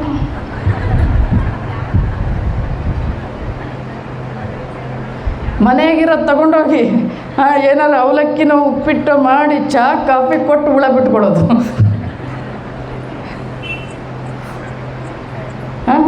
ಹುಳ ಬಿಟ್ಕೊಂಡು ಆಕೆಗೆ ನಾವು ಸುಮ್ಮ ಬಿಡಬಾರ್ದು, ಆಕೆ ನನಗೆ ಹಿಂಗೆ ಅಂದಾಳೆ ಅಂದರೆ. ಮಹಾತ್ಮರ ಬದುಕು ನಮ್ಮ ಬದುಕಿಗೂ ಇಷ್ಟು ವ್ಯತ್ಯಾಸ. ಶರಣಸ್ಥಳದ ವ್ಯಕ್ತಿ ಹೇಗಿರ್ತಾನಂತೆ ಅಂದರೆ ಯಾವಾಗಲೂ ಆನಂದವಾಗಿರ್ತಾನಂತ. ಸುಖ ಬಂದರೆ ಹಿಗ್ಗೋದು ಇಲ್ಲ, ದುಃಖ ಬಂದರೆ ಕುಗ್ಗೋದು ಇಲ್ಲ. ಅವನಿಚ್ಛೆ ಎಲ್ಲ. ಎನ್ನ ವಾಮಕ್ಷೇಮ ನಿಮ್ಮದು, ಎನ್ನ ಹಾನಿ ವೃದ್ಧಿ ನಿಮ್ಮದು, ಎನ್ನ ಮಾನ ಅಪಮಾನ ನಿಮ್ಮದು, ಬಳ್ಳಿಗೆ ಕಾಯಿ ದಿಮ್ಮಿತ್ತೆ ಕೂಡಲ ಸಂಗಮ ದೇವ. ಅವನ ಮೇಲೆ ಹಾಕಿ ಯಾವಾಗಲೂ ಆನಂದವಾಗಿರ್ತಕ್ಕಂಥದ್ದು ಶರಣಸ್ಥಳ. ಹಾಗೆ ಬರ್ತಾ ಬರ್ತಾ ಏನಂದ್ರೆ ಐಕ್ಯಸ್ಥಳ. ಐಕ್ಯಸ್ಥಳ ಅಂದರೆ ಶಿವಜೀವರ ಐಕ್ಯ. ಯೋಗ ಅಂದರೆ ಯುಜ್ ಎನ್ನುವ ಧಾತುವಿನಿಂದ ಯೋಗ ಅನ್ನುವಂಥ ಶಬ್ದ ಹುಟ್ಟಿತು. ಯೋಗ ಅಂದರೆ ಕೂಡುವುದು ಅಂತ. ಭಕ್ತ ಭಗವಾನರ ಕೂಟ, ಶಿವಜೀವರ ಐಕ್ಯ. ಇಲ್ಲಿ ಎಲ್ಲ ಗುಣಗಳನ್ನು, ಮಧ್ಯಂತರದಲ್ಲಿ ಗುಣಗಳು ಬಂದಿರ್ತಾವೆ ನಮಗೆ. ದೇವರು ನಮ್ಮನ್ನು ಹುಟ್ಟಿಸಿದಾಗ ನೀನು ದೇವರಿಗೆ ಮಕ್ಕಳಂತಾಗದಿದ್ದರೆ ದೇವನ ರಾಜ್ಯದಲ್ಲಿ ಪ್ರವೇಶವಿಲ್ಲ ಅಂತ ಹೇಳ್ತಾರೆ. ದೇವರು ಅಂದರೆ ಅದು ನಿಷ್ಕಲ್ಮಶ, ಅದು ನಿರ್ಗುಣ, ಅದು ನಿರ್ವಿಕಾರ, ನಾವು ಆ ಪರಾತ್ಪರ ವಸ್ತುವನ್ನು ಒಡವೆರೆದು ಒಂದಾಗಬೇಕು ಅಂದರೆ ದೇವರಲ್ಲಿರುವಂಥ ಗುಣಗಳೇ ನಮ್ಮಲ್ಲೂ ಇರಬೇಕು. ದೇವರು ನಿಮ್ಮನ್ನು ಹುಟ್ಟಿಸಿದಾಗ ಅವನಲ್ಲಿ ಯಾವ ಗುಣ ಇತ್ತೋ ಅದೇ ಗುಣದಿಂದನೇ ಹುಟ್ಟಿಸಿದ್ದ. ಹೌದಾ? ಮಗುವಿನಲ್ಲಿ ಯಾವುದಾದ್ರು ಗುಣಗಳಿತ್ತೇನು? ಯಾವುದಾದ್ರು ಭಾವ ಇದೆ ಮಕ್ಕಳಲ್ಲಿ? ಅದು ಎಷ್ಟು ನಿಷ್ಕಲ್ಮಶ. ಹೌದಾ? ನಿಮ್ಮನ್ನು ದೇವ್ರು ಹಂಗೆ ಹುಟ್ಟಿಸಿದ್ದಾನೆ. ನಿಮಗೆ ಒಂದು ಖಾಲಿ ಸ್ಲೇಟು, ಖಾಲಿ ಪಾಟಿ. ನೀವು ಬೆಳೀತಾ ಬೆಳೀತಾ ಬರ್ಕೋತಾ ಬರ್ತೀರಿ. ಬೆಳೀತಾ ಬೆಳೀತಾ ಇವೆಲ್ಲ ಹುಟ್ಕೊಳ್ತಾವೆ. ಕಾಮ, ಕ್ರೋಧ, ಲೋಭ, ಮೋಹ, ಮದ, ಮತ್ಸರ, ದ್ವೇಷ, ಆ ಜಾತಿ ಈ ಜಾತಿ, ಕನಿಷ್ಠ, ಇವೇನೇನು ಈ ಜಗತ್ತಿನಲ್ಲಿದ್ದಾವಲ್ಲ ಅವೆಲ್ಲದೂ ಒಂದು ರೀತಿ ಮಾಯೆ. ಅದೆಲ್ಲದೂ ಒಂದು ರೀತಿಯಲ್ಲಿ ಮಾಯೆ. ಆ ಮಾಯೆಯನ್ನು ಬಲಿಯಾಗ್ತಾ ಬರ್ತೀವಿ. ಮತ್ತು ಆ ಪರಾತ್ಪರ ವಸ್ತುವನ್ನು ಒಡವೆರೆದು ಒಂದಾಗಬೇಕು ಅಂದರೆ ಈ ಏನು ಮಧ್ಯೆ ಬರ್ಕೊತ ಬಂದಿರಲ್ಲ ಇದನ್ನೆಲ್ಲ ಅಳಿಸ್ಕೊತ ಬರಬೇಕು. ಇದನ್ನೆಲ್ಲ ಅಳಿಸ್ಕೊತ ಬಂದಾಗ ಆ ಶಿವನಲ್ಲಿರೋ ಗುಣಗಳೇ ನಮ್ಮಲ್ಲಿ ಬರಬೇಕು. ಇವೆಲ್ಲವನ್ನು ಕಳ್ಕೊಂಡು ಕಾಮ, ಕ್ರೋಧ, ಲೋಭ, ಮೋಹ, ಮದ, ಮತ್ಸರಗಳು, ಅರಿಷಡ್ವರ್ಗಗಳು, ಅಷ್ಟಮದಗಳು ಇವೇನೇನಿದಾವಲ್ಲ ಇವನ್ನೆಲ್ಲ ಕಳ್ಕೊಂಡು ಆ ಒಂದು ಹಂತಕ್ಕೆ, ಐಕ್ಯ ಸ್ಥಳಕ್ಕೆ ಬಂದಾಗ ಆಗಿರುತ್ತೆ ಅಂದರೆ ನಾನು ಬೇರೆ ಅಲ್ಲ, ದೇವರು ಬೇರೆ ಅಲ್ಲ. ಲಿಂಗವೆನ್ನೆ, ಲಿಂಗೈಕ್ಯವೆನ್ನೆ, ಆಯಿತೆನ್ನೆ, ಆಗದೆನ್ನೆ, ನೀನೇ ಎನ್ನೆ, ನಾನೇ ಎನ್ನೆ, ಚನ್ನಮಲ್ಲಿಕಾರ್ಜುನನಲ್ಲಿ ಲಿಂಗೈಕ್ಯವಾದ ಬಳಿಕ ಏನು ಎನ್ನೆ. ಆ ಒಂದು ಪರಿಪೂರ್ಣ ಅವಸ್ಥೆ ಮನುಷ್ಯನಿಗೆ ಬಂದಾಗ ಅದು ಲಿಂಗೈಕ್ಯ ಅಂದರೆ ಏನು ಸತ್ತ ಮೇಲೆ ಲಿಂಗೈಕ್ಯ ಆಗೋದಲ್ಲ, ಅದು ಬದುಕಿದ್ದಾಗಲೇ ಆ ಒಂದು ಸಮರಸ ಭಾವ, ಆ ಒಂದು ಇದು ಬರ್ತಕ್ಕಂಥದ್ದು.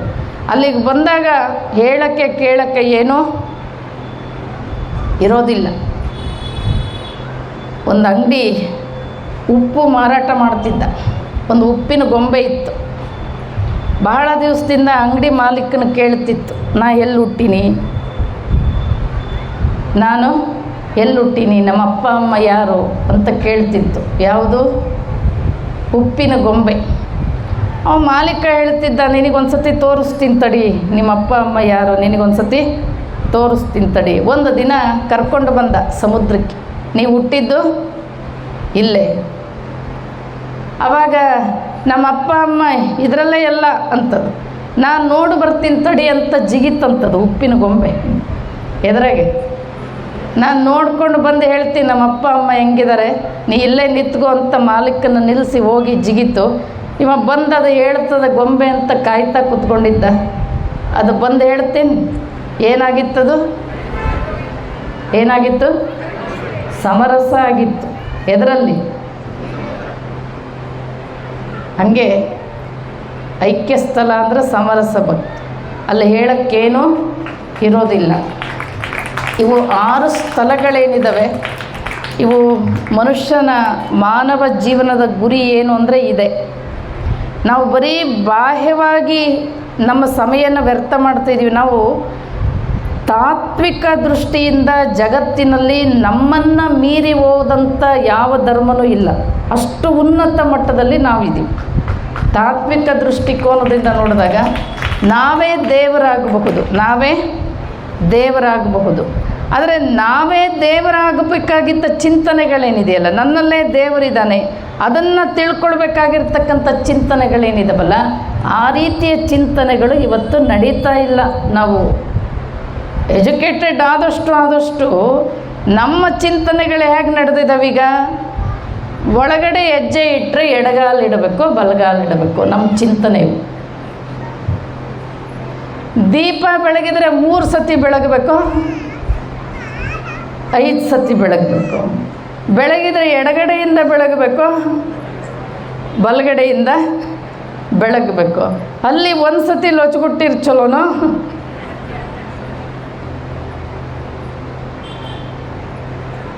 ಯಾವ ರೀತಿಯ ಚಿಂತನೆಗಳು ನಡಿಬೇಕಿತ್ತಲ್ಲ ಅಂಥ ಚಿಂತನೆಗಳು ನಡೀತಾ ಇಲ್ಲ. ಯಾಕೆ ಕಲ್ಯಾಣ ರಾಜ್ಯವನ್ನು 12ನೇ ಶತಮಾನದಲ್ಲಿ ಲಕ್ಷದ ಮೇಲೆ 96,000 ಗಣಗಳು ಹುಡುಕೊಂಡು ಬಂದಿದ್ದರು. ರಾಜ ಮಹಾರಾಜರು ಅರಸೊತ್ತಿಗೆಯನ್ನು ಬಿಟ್ಟು ಕಲ್ಯಾಣಕ್ಕೆ ಬಂದಿದ್ದರು ಅಂದರೆ ಆ ಮಾನವ ಜನ್ಮದ ಅಮೂಲ್ಯವಾದ ಚಿಂತನೆ ಏನು ಬೇಕಿತ್ತಲ್ಲ ಅದು ಕಲ್ಯಾಣದಲ್ಲಿ ನಡೀತಾ ಇತ್ತು. ನಮ್ಮ ನನಗೆ ಭಾಳ ಒಂದೊಂದ್ಸರಿ ಎಷ್ಟು ವಿಚಿತ್ರ ಅಂದರೆ ಈಗ ಒಂದು 8-10 ವರ್ಷದ ಹಿಂದೆ ಶ್ರೀರಂಗಂ ದೇವಸ್ಥಾನದಲ್ಲಿ ನೀವೆಲ್ಲ ನೋಡಿರ್ಬೇಕು, ಒಂದು ಆನೆ ಇತ್ತು.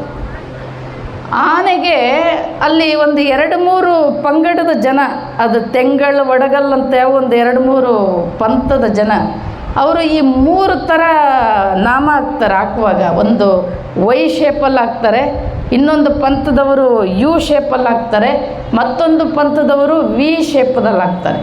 ಅವರು 3 ಪಂಥದವರಿಗೆ ಜಗಳ ಏನು ಶುರುವಾಯಿತು ಅಂದರೆ, ನಮ್ಮ ರೀತಿಯಲ್ಲಿ ನಾವು ವಿ ಶೇಪಲ್ಲಿ ಆನೆ ಮೇಲೆ ಹಣೆ ಮೇಲೆ ನಾಮ ಹಾಕಬೇಕು. ನಿಮ್ಮ ರೀತಿಯಲ್ಲಿ ಹಾಕಿದ್ರೆ ನಮಗೆ ಅನ್ಯಾಯ ಆಗ್ತದೆ, ಯು ಶೇಪಲ್ಲಿ ಹಾಕಬೇಕು. ನೀವಾದ್ರೆ ನಮಗೆ ಅನ್ಯಾಯ ಆಗ್ತದೆ. ನಾವು ಇದು ಜಗಳ ಗಲಾಟೆ ಹೊಡೆದಾಟ ಬಡದಾಟ ಹೋಗಿ ಇದು ತಾಲೂಕು ಕೋರ್ಟು, ಹೈಕೋರ್ಟು, ಸುಪ್ರೀಂ ಕೋರ್ಟಿಗೆ ಹೋಯ್ತು. ಇದು ಕಥೆ ಎಲ್ಲ ನಾ ಹೇಳ್ತಿರೋದು. ಎದ್ರ ಜಗಳ ರೀ? ಆನೆಗೆ ಹಣೆ ಮೇಲೆ ನಾಮ ಹಾಕೋ ಜಗಳ ಸುಪ್ರೀಂ ಕೋರ್ಟಿಗೆ ಹೋಯ್ತು. ಜಡ್ಜ್ ಕೇಳ್ತಾರೆ, ಈ ದೇಶದಲ್ಲಿ ಎಂಥ ಜ್ವಲಂತ ಸಮಸ್ಯೆಗಳನ್ನು ಇಟ್ಕೊಂಡು, ಇಂಥ ಕೆಲಸಕ್ಕೆ ಬಾರದ ಸಮಸ್ಯೆಗಳನ್ನೆಲ್ಲ ಇಟ್ಕೊಂಡು ಸುಪ್ರೀಂ ಕೋರ್ಟ್ ತನಕ ಬರ್ತಿರಲ್ಲ, ನಿಮಗೆ ಹಂಗೆ ಎಲ್ಲರದು ಅನ್ಯಾಯ ಆಗ್ತಾಯಿದೆ ಅಂದರೆ ಒಂದೊಂದು ದಿನ ಒಬ್ಬೊಬ್ಬರು ಒಂದೊಂದು ರೀತಿ ಹಾಕ್ರಿ. ಒಂದಿನ ವಿ ಹಾಕ್ರಿ, ಒಂದಿನ ಏನಾರ ಮಾಡಿ ಬಗೆಹರಿಸ್ಕೊ ಹೋಗ್ರಿ ಅಂತ ಬೈದು ಕಳಿಸ್ಕೊಡ್ತಾರೆ. ಆಮೇಲೆ ಏನು ಮಾಡ್ತಾರೆ ಇವರು ಬಂದು ಈ ಕಳಿಸ್ಕೊ ಆಮೇಲೆ ಬಂದು ಏನು ಮಾಡ್ತಾರೆ ಇವರು, ಒಂದು ದಿನ ವಿ ಹಾಕೋದು, ನಾಳೆ ಯು ಹಾಕ್ಬೇಕು, ಅದನ್ನು ಹಣೆ ಒರೆಸ್ಬೇಕಲ್ಲ, ಅದನ್ನು ಒರೆಸಿ ಮತ್ತೆ ಯು ಹಾಕೋದು, ವಿ, ಹಿಂಗೆ ಮಾಡಿ 1 ತಿಂಗಳು 2 ತಿಂಗಳಿಗೆ ಆನೆ ಹಣೆ ಎಲ್ಲ ಮತ್ತೆ ಗಾಯ ಆಗೋಗ್ಬಿಡ್ತದೆ.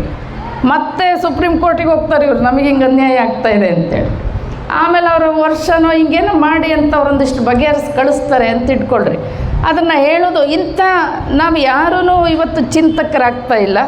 ಇನ್ನು ಕೆಲವು ಈ ಕಡೆ ಮುಗಿಸ್ರಿ, ಈ ಕಡೆ ನೋಡ್ರಿ ನೀವು, ನಾ 5 ನಿಮಿಷ ಮುಗಿಸ್ತೀನಿ, ಗಲಾಟೆ ಮಾಡಬೇಡಿ. ಇಂಥ ಒಳ್ಳೆ ಚಿಂತನೆಗಳು ನಡೀತಾ ಇಲ್ಲ. ಇನ್ನು ಕೆಲವೊಂದು ಪುರೋಹಿತಶಾಹಿ ವರ್ಗ ಏನಿದೆ, ನಾವ್ಯಾರೂ ಚಿಂತಕರಾಗೋದವರಿಗೆ ಬೇಕಿಲ್ಲ, ನಾವ್ಯಾರು ಚಿಂತಕರಾಗೋದವರಿಗೆ ಬೇಕಾಗಿಲ್ಲ. ಕಾರಣ ಏನಂದರೆ, ಒಂದು ಊರಲ್ಲಿ ಒಬ್ಬ ಡಾಕ್ಟ್ರಿದ್ದ. ಡಾಕ್ಟ್ರು ಮಗನ್ನ ಡಾಕ್ಟ್ರು ಓದಿಸ್ತಿದ್ದ. ಡಾಕ್ಟ್ರು ಮುಗಿಸಿ MD ಗಿಮ್ಡಿ ಎಲ್ಲ ಮಾಡಿ ಮಗ ಮನೆಗೆ ಬಂದಮೇಲೆ ಡಾಕ್ಟ್ರ್ ಹೇಳ್ದ, ಇಷ್ಟು ದಿನ ದವಾಖಾನೆ ನಡೆಸಿ ಸಾಕಾಗಿದೆ, ನಾನು ನನ್ನ ಫ್ರೆಂಡ್ಸು ಅಲ್ಲಿ ಇಲ್ಲಿ ಒಂದು ಸ್ವಲ್ಪ ಅಡ್ಡಾಡಿ ಬರ್ತೀನಿ, ಈಗ ಹೆಂಗಿದ್ರು ನೀನು ಪೂರ್ಣ ಮುಗಿಸ್ಕೊಂಡು ಬಂದಿಯಲ್ಲ, ನಾನು ಒಂದು 2 ತಿಂಗಳು 3 ತಿಂಗಳು ಹೋಗಿ ಬರ್ತೀನಿ, ಈ ಆಸ್ಪತ್ರೆ ನೀನು ನಡೆಸ್ಕೊ. ಮಗ ಹೇಳ್ದ, ಆಯ್ತಪ್ಪ ನೀ ಆರಾಮಾಗಿ ಹೋಗ್ಬಾ, ನಿಶ್ಚಿಂತೆಗೆ ಹೋಗ್ಬಾ, ನಾನು ನಡೆಸ್ತೀನಿ ಅಂತ ಹೇಳ್ದ. ಒಂದು 3-4 ತಿಂಗಳು ಅಡ್ಡಾಡಿ ಬಂದಮೇಲೆ ಮಗನ ಕೇಳ್ದ, ಏನಪ್ಪ ಚಲೋ ಹಾಸ್ಪಿಟ್ಲ? ಹಾಂ ಅಪ್ಪ, ಭಾಳ ಚೆಂದ ನಡೆದದೆ. ನೀನು ವರ್ಷಗಟ್ಟಲೆ ತಿಂಗ್ಳುಗಟ್ಟಲೆ ವಾಸಿ ಮಾಡದೇ ಇರೋ ಕಾಯಿಲೆನ ನಾವು 1 ದಿನಕ್ಕೆ 2 ದಿನಕ್ಕೆ ವಾಸಿ ಮಾಡೀನಿ ಅಂತ ಹೇಳ್ದ ಮಗ. ಅದಕ್ಕೆ ಅಪ್ಪ ಹೇಳ್ದ, ಅಲ್ಲೋ ಹುಚ್ಚ, ನನಗೇನು 1 ದಿನಕ್ಕೆ 2 ದಿನಕ್ಕೆ ವಾಸಿ ಮಾಡೋಕ್ಕೆ ಬರ್ತಿರಲಿಲ್ಲ ಅಂತ ತಿಳ್ಕೊಂಡಿಯ? ನಾನೇನಾರು ನಿನ್ನಂಗೆ ವಾಸಿ ಮಾಡಿದರೆ ನಿನ್ನನ್ನು MBBS MD ಮಾಡ್ಸೋಕ್ಕಾಗ್ತಿರ್ಲಿಲ್ಲ ಅನ್ನೋ. ಅವರು ರೋಗಿ ಆಗಿದ್ದರೆ ನಮಗೆ ಲಾಭ. ಹಂಗೆ ಎಲ್ಲರೂ ಯಾವ್ಯಾವ ಕೆಲಸ ಕಸಬು ಮಾಡ್ತಾರಲ್ಲ. ಒಂದು 4-5 ಜನ ಗುಲ್ಬರ್ಗ ಒಂದು ಹೋಟ್ಲಿಗೆ ಬಂದಿದ್ದರು ಊಟ ಮಾಡೋಕ್ಕೆ. ಹೋಟ್ಲಿಗೆ ಬಂದು ಹೋಟ್ಲಲ್ಲಿ ಏನೇನು ಮಾಡಿದಾರಲ್ಲ ಎಲ್ಲರನ್ನು ತರಿಸ್ಕೊಂಡು ಚಲೋ ತಿಂದರು, ಕುಡಿದು ಸುಮಾರು ಒಂದು 4-5 ಸಾವಿರ ರೂಪಾಯಿ ಬಿಲ್ ಮಾಡಿದರು. ಬಿಲ್ ಮಾಡಿದ ತಕ್ಷಣ ಹೋಟ್ಲು ಮಾಲೀಕನಿಗೆ ಭಾಳ ಖುಷಿಯಾಯಿತು. ಖುಷಿಯಾಗಿ ಹೇಳ್ದ, ನೀವು ಗುಲ್ಬರ್ಗಕ್ಕೆ ಬಂದಾಗೆಲ್ಲ ನಮ್ಮ ಹೋಟ್ಲಿಗೆ ಬರ್ರಿ, ನಮ್ಮ ಹೋಟ್ಲಿಗೆ ಉಂಡು ತಿಂದು ಮಾಡಿ ಹೋಗ್ರಿ ಅಂತೇಳಿದ್ರು. ಅದಕ್ಕೆ ಇವ್ರು ಹೇಳಿದರು, ಇವತ್ತಿನಂಗೆ ದಿನ ವ್ಯಾಪಾರ ಆಗಲಿ ಅಂತ ನೀವು ಬೇಡ್ಕೊಳ್ರಿ, ಚಲೋ ಇವತ್ತಾದಂಗೆ ವ್ಯಾಪಾರ ದಿನ ಆಯಿತು ಅಂದರೆ ನಿಮ್ಮ ಹೋಟ್ಲಿಗೆ ಬರ್ತೀವಿ ಅಂತ ಹೇಳಿದರು. ಅದಕ್ಕೆ ಹೋಟ್ಲು ಮಾಲೀಕ ಕೇಳ್ದ, ನಿಮ್ಮದು ವ್ಯಾಪಾರ ಏನು ಅಂತ ಕೇಳ್ದ. ಸ್ಮಶಾನದಲ್ಲಿ ನಾವು ಕಟ್ಟಿಗೆ ಅಡ್ಡೆ ಇಟ್ಟಿವಿ ಅಂತ ಹೇಳಿದರು ಅವರು. ಅರ್ಥ ಆಯ್ತಾ?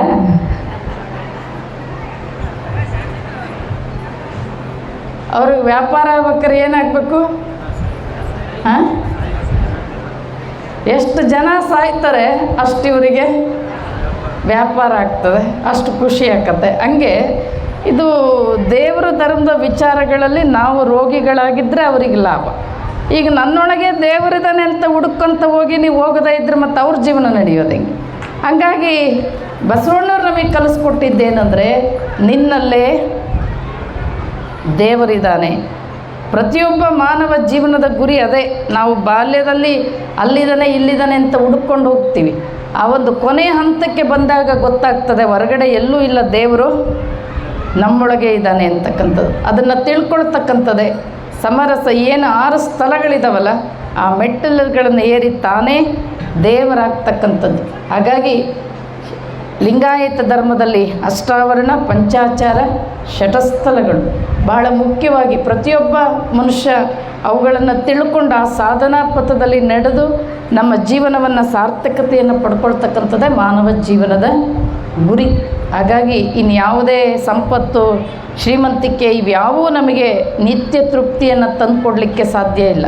ಆಧ್ಯಾತ್ಮ ಹೆಂಗಿದೆ ಅಂದರೆ, ನೀವು ಭಿಕ್ಷೆ ಬೇಡ್ತಿದ್ರೂ ಸಂತೋಷವಾಗಿರ್ಲಿಕ್ಕೆ ಸಾಧ್ಯ. ಇವತ್ತು ಅಕ್ಕ ಮಹಾದೇವಿ ಪಟ್ಟದ ರಾಣಿ ಆಗ್ಬೋದಾಗಿತ್ತು, ಕಾಲಲ್ಲಿ ಹೊಡೆದು ಭಿಕ್ಷೆ ಬೇಡ್ತಾ ಬರ್ತಾಳಲ್ಲ. ನಾಳೆ ದಿನ ಸೊಲ್ಲಾಪುರದಿಂದ ತಾಯಂದಿರ ಒಂದು ಬಳಗ ಅಕ್ಕ ಮಹಾದೇವಿಯ ನಾಟಕವನ್ನು ಪ್ರದರ್ಶನ ಮಾಡಲಿಕ್ಕೆ ಬರ್ತಾಯಿದ್ದಾರೆ. ನಾನು 1-2 ದಿನ ಅಕ್ಕನ ಜೀವನ ಕುರಿತು ಹೇಳ್ತೀನಿ. ನಾಡ್ದು ಏನು ಅಕ್ಕನ ವೈರಾಗ್ಯ ಹೇಗಿತ್ತು ಅಂದರೆ, ನಾವೆಲ್ಲರೂ ಹೆಣ್ಣುಮಕ್ಕಳು ಸಣ್ಣ ಪುಟ್ಟ ವಿಷಯಗಳಿಗೆ ಎಷ್ಟು ಮಾನಸಿಕವಾಗಿ ಘಾಸಿ ಆಗ್ತಿರ್ತೀವಿ, ಅನೇಕ ರೀತಿಯ ನೋವನ್ನು ಅನುಭವಿಸ್ತಿರ್ತೀವಿ.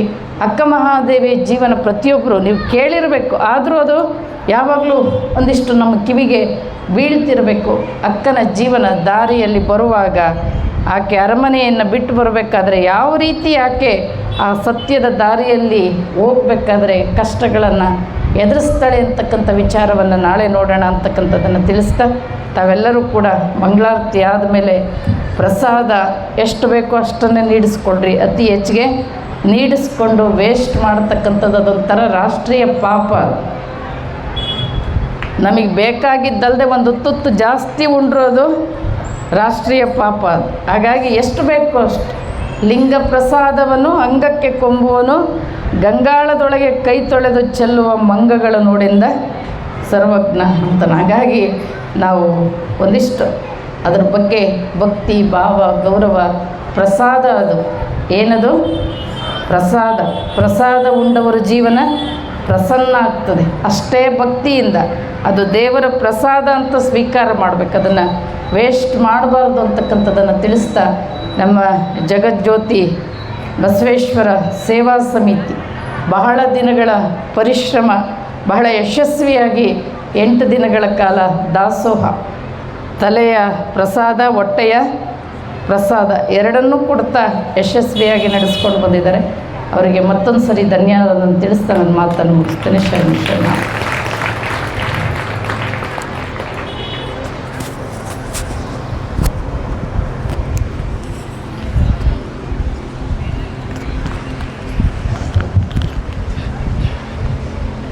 ಓಂ ಶ್ರೀ ಗುರು ಬಸವಲಿಂಗಾಯ ನಮಃ. ಕಲ್ಲು ದೇವರು ದೇವರಲ್ಲ, ಮಣ್ಣು ದೇವರು ದೇವರಲ್ಲ, ಮರ ದೇವರು ದೇವರಲ್ಲ, ಪಂಚಲೋಹದಿಂದ ಮಾಡಿದ ದೇವರು ದೇವರಲ್ಲ, ಸೇತು ಬಂದ ರಾಮೇಶ್ವರ, ಕಾಶಿ, ಗೋಕರ್ಣ, ಕೇದಾರ ಮೊದಲಾದ ಪುಣ್ಯಕ್ಷೇತ್ರಗಳ ದೇವರಲ್ಲ, ತನ್ನ ತಾನೆಂದು ತಿಳಿದ ತಾನೇ ದೇವರು ಕೂಡಲ ಸಂಗಮ ಎಂಬ ಬಸವಾದಿ ಶರಣರ ವಾಣಿಯಂತೆ ಪೂಜ್ಯ ಮಾತಾಜಿಯವರು